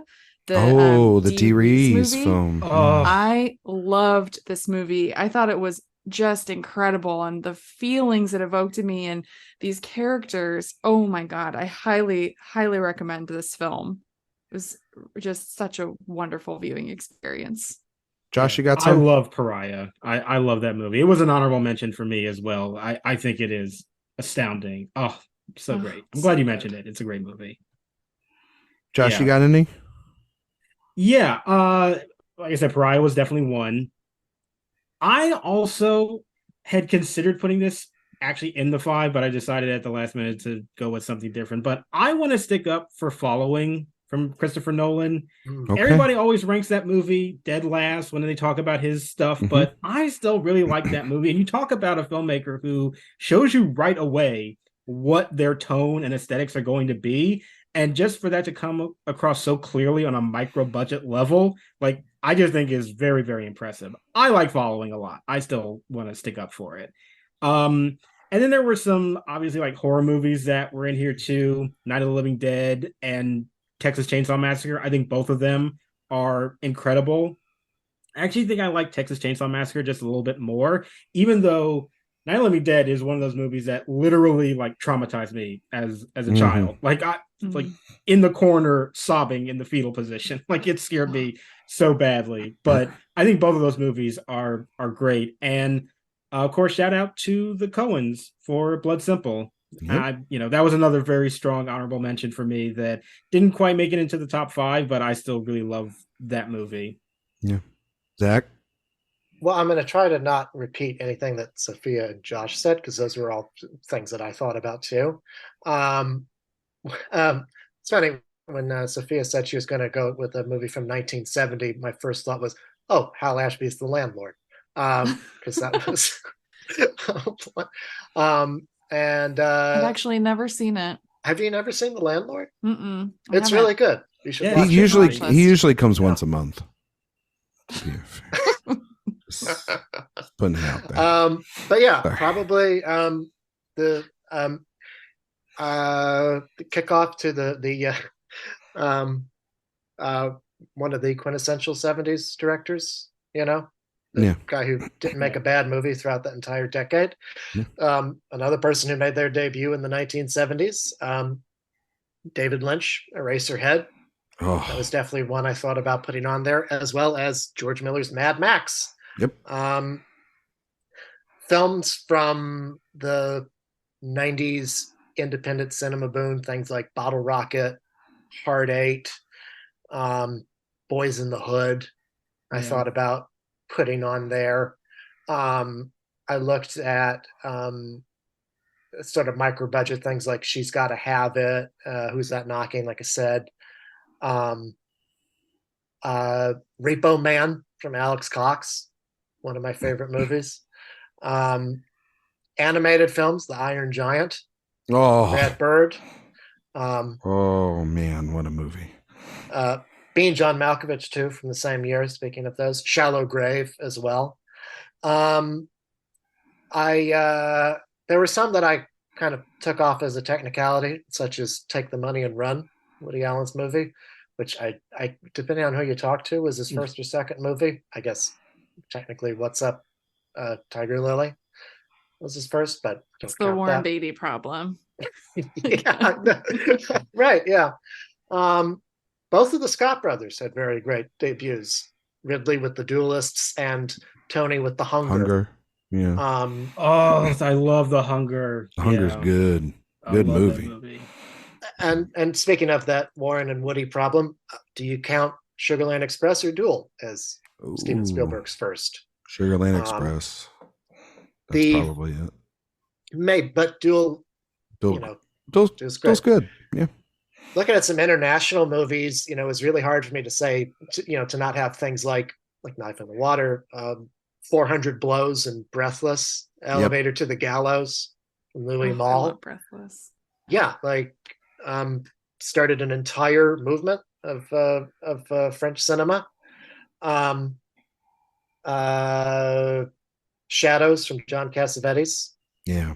Giving birth to the American independent film movement. The Seventh Continent from Michael Haneke. Made his first movie when he was 47 years old, which gives me hope. And because this guy's got a movie coming out very soon, I just wanted to shout out that his first, still by far his best, that's David Gordon Green's George Washington. Yeah. I didn't know where you were going with that one, but that's absolutely correct. Also, my God, I forgot. Yeah. about that Exorcist film. Great movie. Also, not for nothing, but if we're going to talk about actors turned directors, one of the most successful, Clint Eastwood, Play Misty for me. Really great movie. Mm-hmm. It scares me. It gets a little, I don't know. Yeah. Yeah. I got some about that later. Zach knocked a lot off my list, but I still have a lot on here. So if I was going to do one from this recent crop, it was obviously going to be 2007's Michael frickin' Clayton. There would have been no way not to put that movie on there if I wasn't being stinging at myself. One of my favorite films of the last 25 years. Easy Rider, Synecdoche, New York, In Bruges, A Single Man, Love and Basketball, Reservoir Dogs, obviously. Birth of Tarantino, one of those films of the 90s that sort of birthed it. People kind of forget that Shawshank Redemption is technically a directorial debut. Martha, Marcy, May, Marlene, my beloved Sean Durkin, and I can't wait to see his film. That I thought that would have been also another person you could have mentioned other than David Gordon Green. Menace to Society. Another person that's got a film coming out this year that you could have totally mentioned too, Sexy Beast from Jonathan Glazer. Yes. Technically, Chad Stahelski's first film, those was John Wick, the original John Wick, if you want to put that in there. Diner, Bull Durham, you can count on me. Chicago is a great movie that brought the spawn that is Rob Marshall into existence. Talk about fire burning bright and out. Exactly. Made one masterpiece and said, "That's it for me." Said, you know what? I'll do every musical that you want. And then he brought us the Scuttlebutt. So there you go. He's a very nice man. He's a very nice man. I'm sure he is. Say about it. He's like good friends with Ina Garten, and he made Chicago. But he brought everything to Chicago, and it was like, well, I'm out of ideas. It's like, thanks Sondheim or not Sondheim, Fosse for everything. Yeah. Anchorman, Legend of Ron Burgundy. Oh, remember when Adam McKay made movies we liked? Yeah. Hunger from Steve McQueen. Moon from Duncan Jones. Remember when he made good movies? Margin Call from J.C. Chandor. Upcoming working with Aaron Taylor Johnson. What's it on? Craven the Hunter. Yeah. Before that, he made serious movies. Margin Call, great movie. I will be seeing Craven the Hunter. I mean, I will be too. So. I mean, we all will. I mean, we just needed the poster alone. Why? I'm craving that hunter, if you know what I'm saying. Fruitvale Station. Ryan Coogler's film, The Last Black Man in San Francisco. Joel Talbot. I believe he has a new film coming out next year, so he won't be one and done anymore. Lulu Wong's The Farewell. Jeff Nichols' Shotgun Stories. And then the last film I had on the list was The Parent Trap. So yeah, and it just Yay. it's the way we will book in this episode. So I also just realized I was looking at my long list. I totally forgot a movie that is one of my favorite films ever made. That's James O. Brooks's Terms of Endearment. Speaking yeah, of Mary that's Oh my Tyler Moore. god! How did we I not forgot think of was that? a directorial debut. Oh my Yeah, god! Speaking of Oh. Mary Tyler Moore. Yeah, Whoa! like One of the few directors to win for their debut, Best Picture. yeah, I love that. I just it was staring me right here on the list. Why didn't I Can't think about that? overlook Thank it. you, Zach, Yeah. for that. Yeah. Okay. All right. Well, and then also like Lady Bird and Get Out and every. Well, of the Lady new. Bird. Well, yeah, Lady Bird. If you want to count Lady Birds, but Get Out and then Medicine for Melancholy also. And there's if you want to be that person coming out too. Star is Born 2018, a bunch of other stuff. Yeah, there's a Somebody said, There's tons. so Like many nowadays, ones. there's like we could add a whole list of just modern ones, and it would have Yeah. that honestly Past might lives. Past lives. Great. Oh my god! Don't even get me started on Past lives. I'm gonna start crying again. Okay, Zach, yeah. can you tell everybody where we can find you and all your work on the internet? We're done, son. We're not doing it Okay. anymore. Yeah, I was just gonna say I can't believe nobody on here mentioned Pie from. Gonna pass. Okay, but to be fair, More of though, a for cake me, guy. I think that's his best movie. It's his best movie. Mother's a close second, but I think Pie is his best movie. Oh, Mother's great. Yeah. Though I love The Wrestler, but yeah, newer stuff not so much. Anyway, Love is a strong word. Yeah. Zach. Okay, so you can find me because no one has sent me a Blue Sky invitation. You can find me on X. It's pretty rude. I Yeah, know, yeah. sounds sad that's too. okay. Make it sound really sad, like no one's invited me. He's gonna get like a bunch of random, like, you want Blue Sky? This I week? am, yeah. You can find me at Zach Laws on all the socials: Twitter, Letterboxd, Instagram, Facebook, and you can find my work at AwardsWatch. So yeah, go read it, follow me, DM me, whatever you want to do. Send him Blue Sky invites. You're being really generous with letting people just go in there and DM you. That could be a dangerous proposition. Josh, same drill. Yeah, you can find me on Twitter and Letterboxd at JR Parham. You can find a lot of my work over at Next Best Picture and at AwardsWatch. And you want everybody in your DMs this week, Josh? Not this week. Maybe just Paul Mescal or Andrew Scott. I mean, Yeah. we All the can move strangers. on. The vibes are strong. Great trailer this past week. Sophia, I'll same take your drill. word for it. My DMs are not open. No. but you Yes, I can know. find me As they on- should never be. Like, don't open the DMs. No. No. But you can find me on Twitter at Sophia_Sim. You can find me on Letterboxd at the same username without the underscore.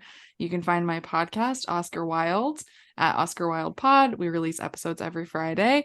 And you can find my work at AwardsWatch, where I'll have upcoming coverage for NYFF. You can go up and say hi to her. No photos. Autographs, No though, are photos. allowed. Yeah. I'm like They're at- Frances McDormand. Yeah, No she didn't photos. she didn't do photos, but she does a nice handshake Yeah. and conversation about the movies. No matter how famous you are, Sophia will not take a photo with you. No, Just she could to every win Best celeb- Actress, and she should say, "Get that damn camera out of my face." Right. You know.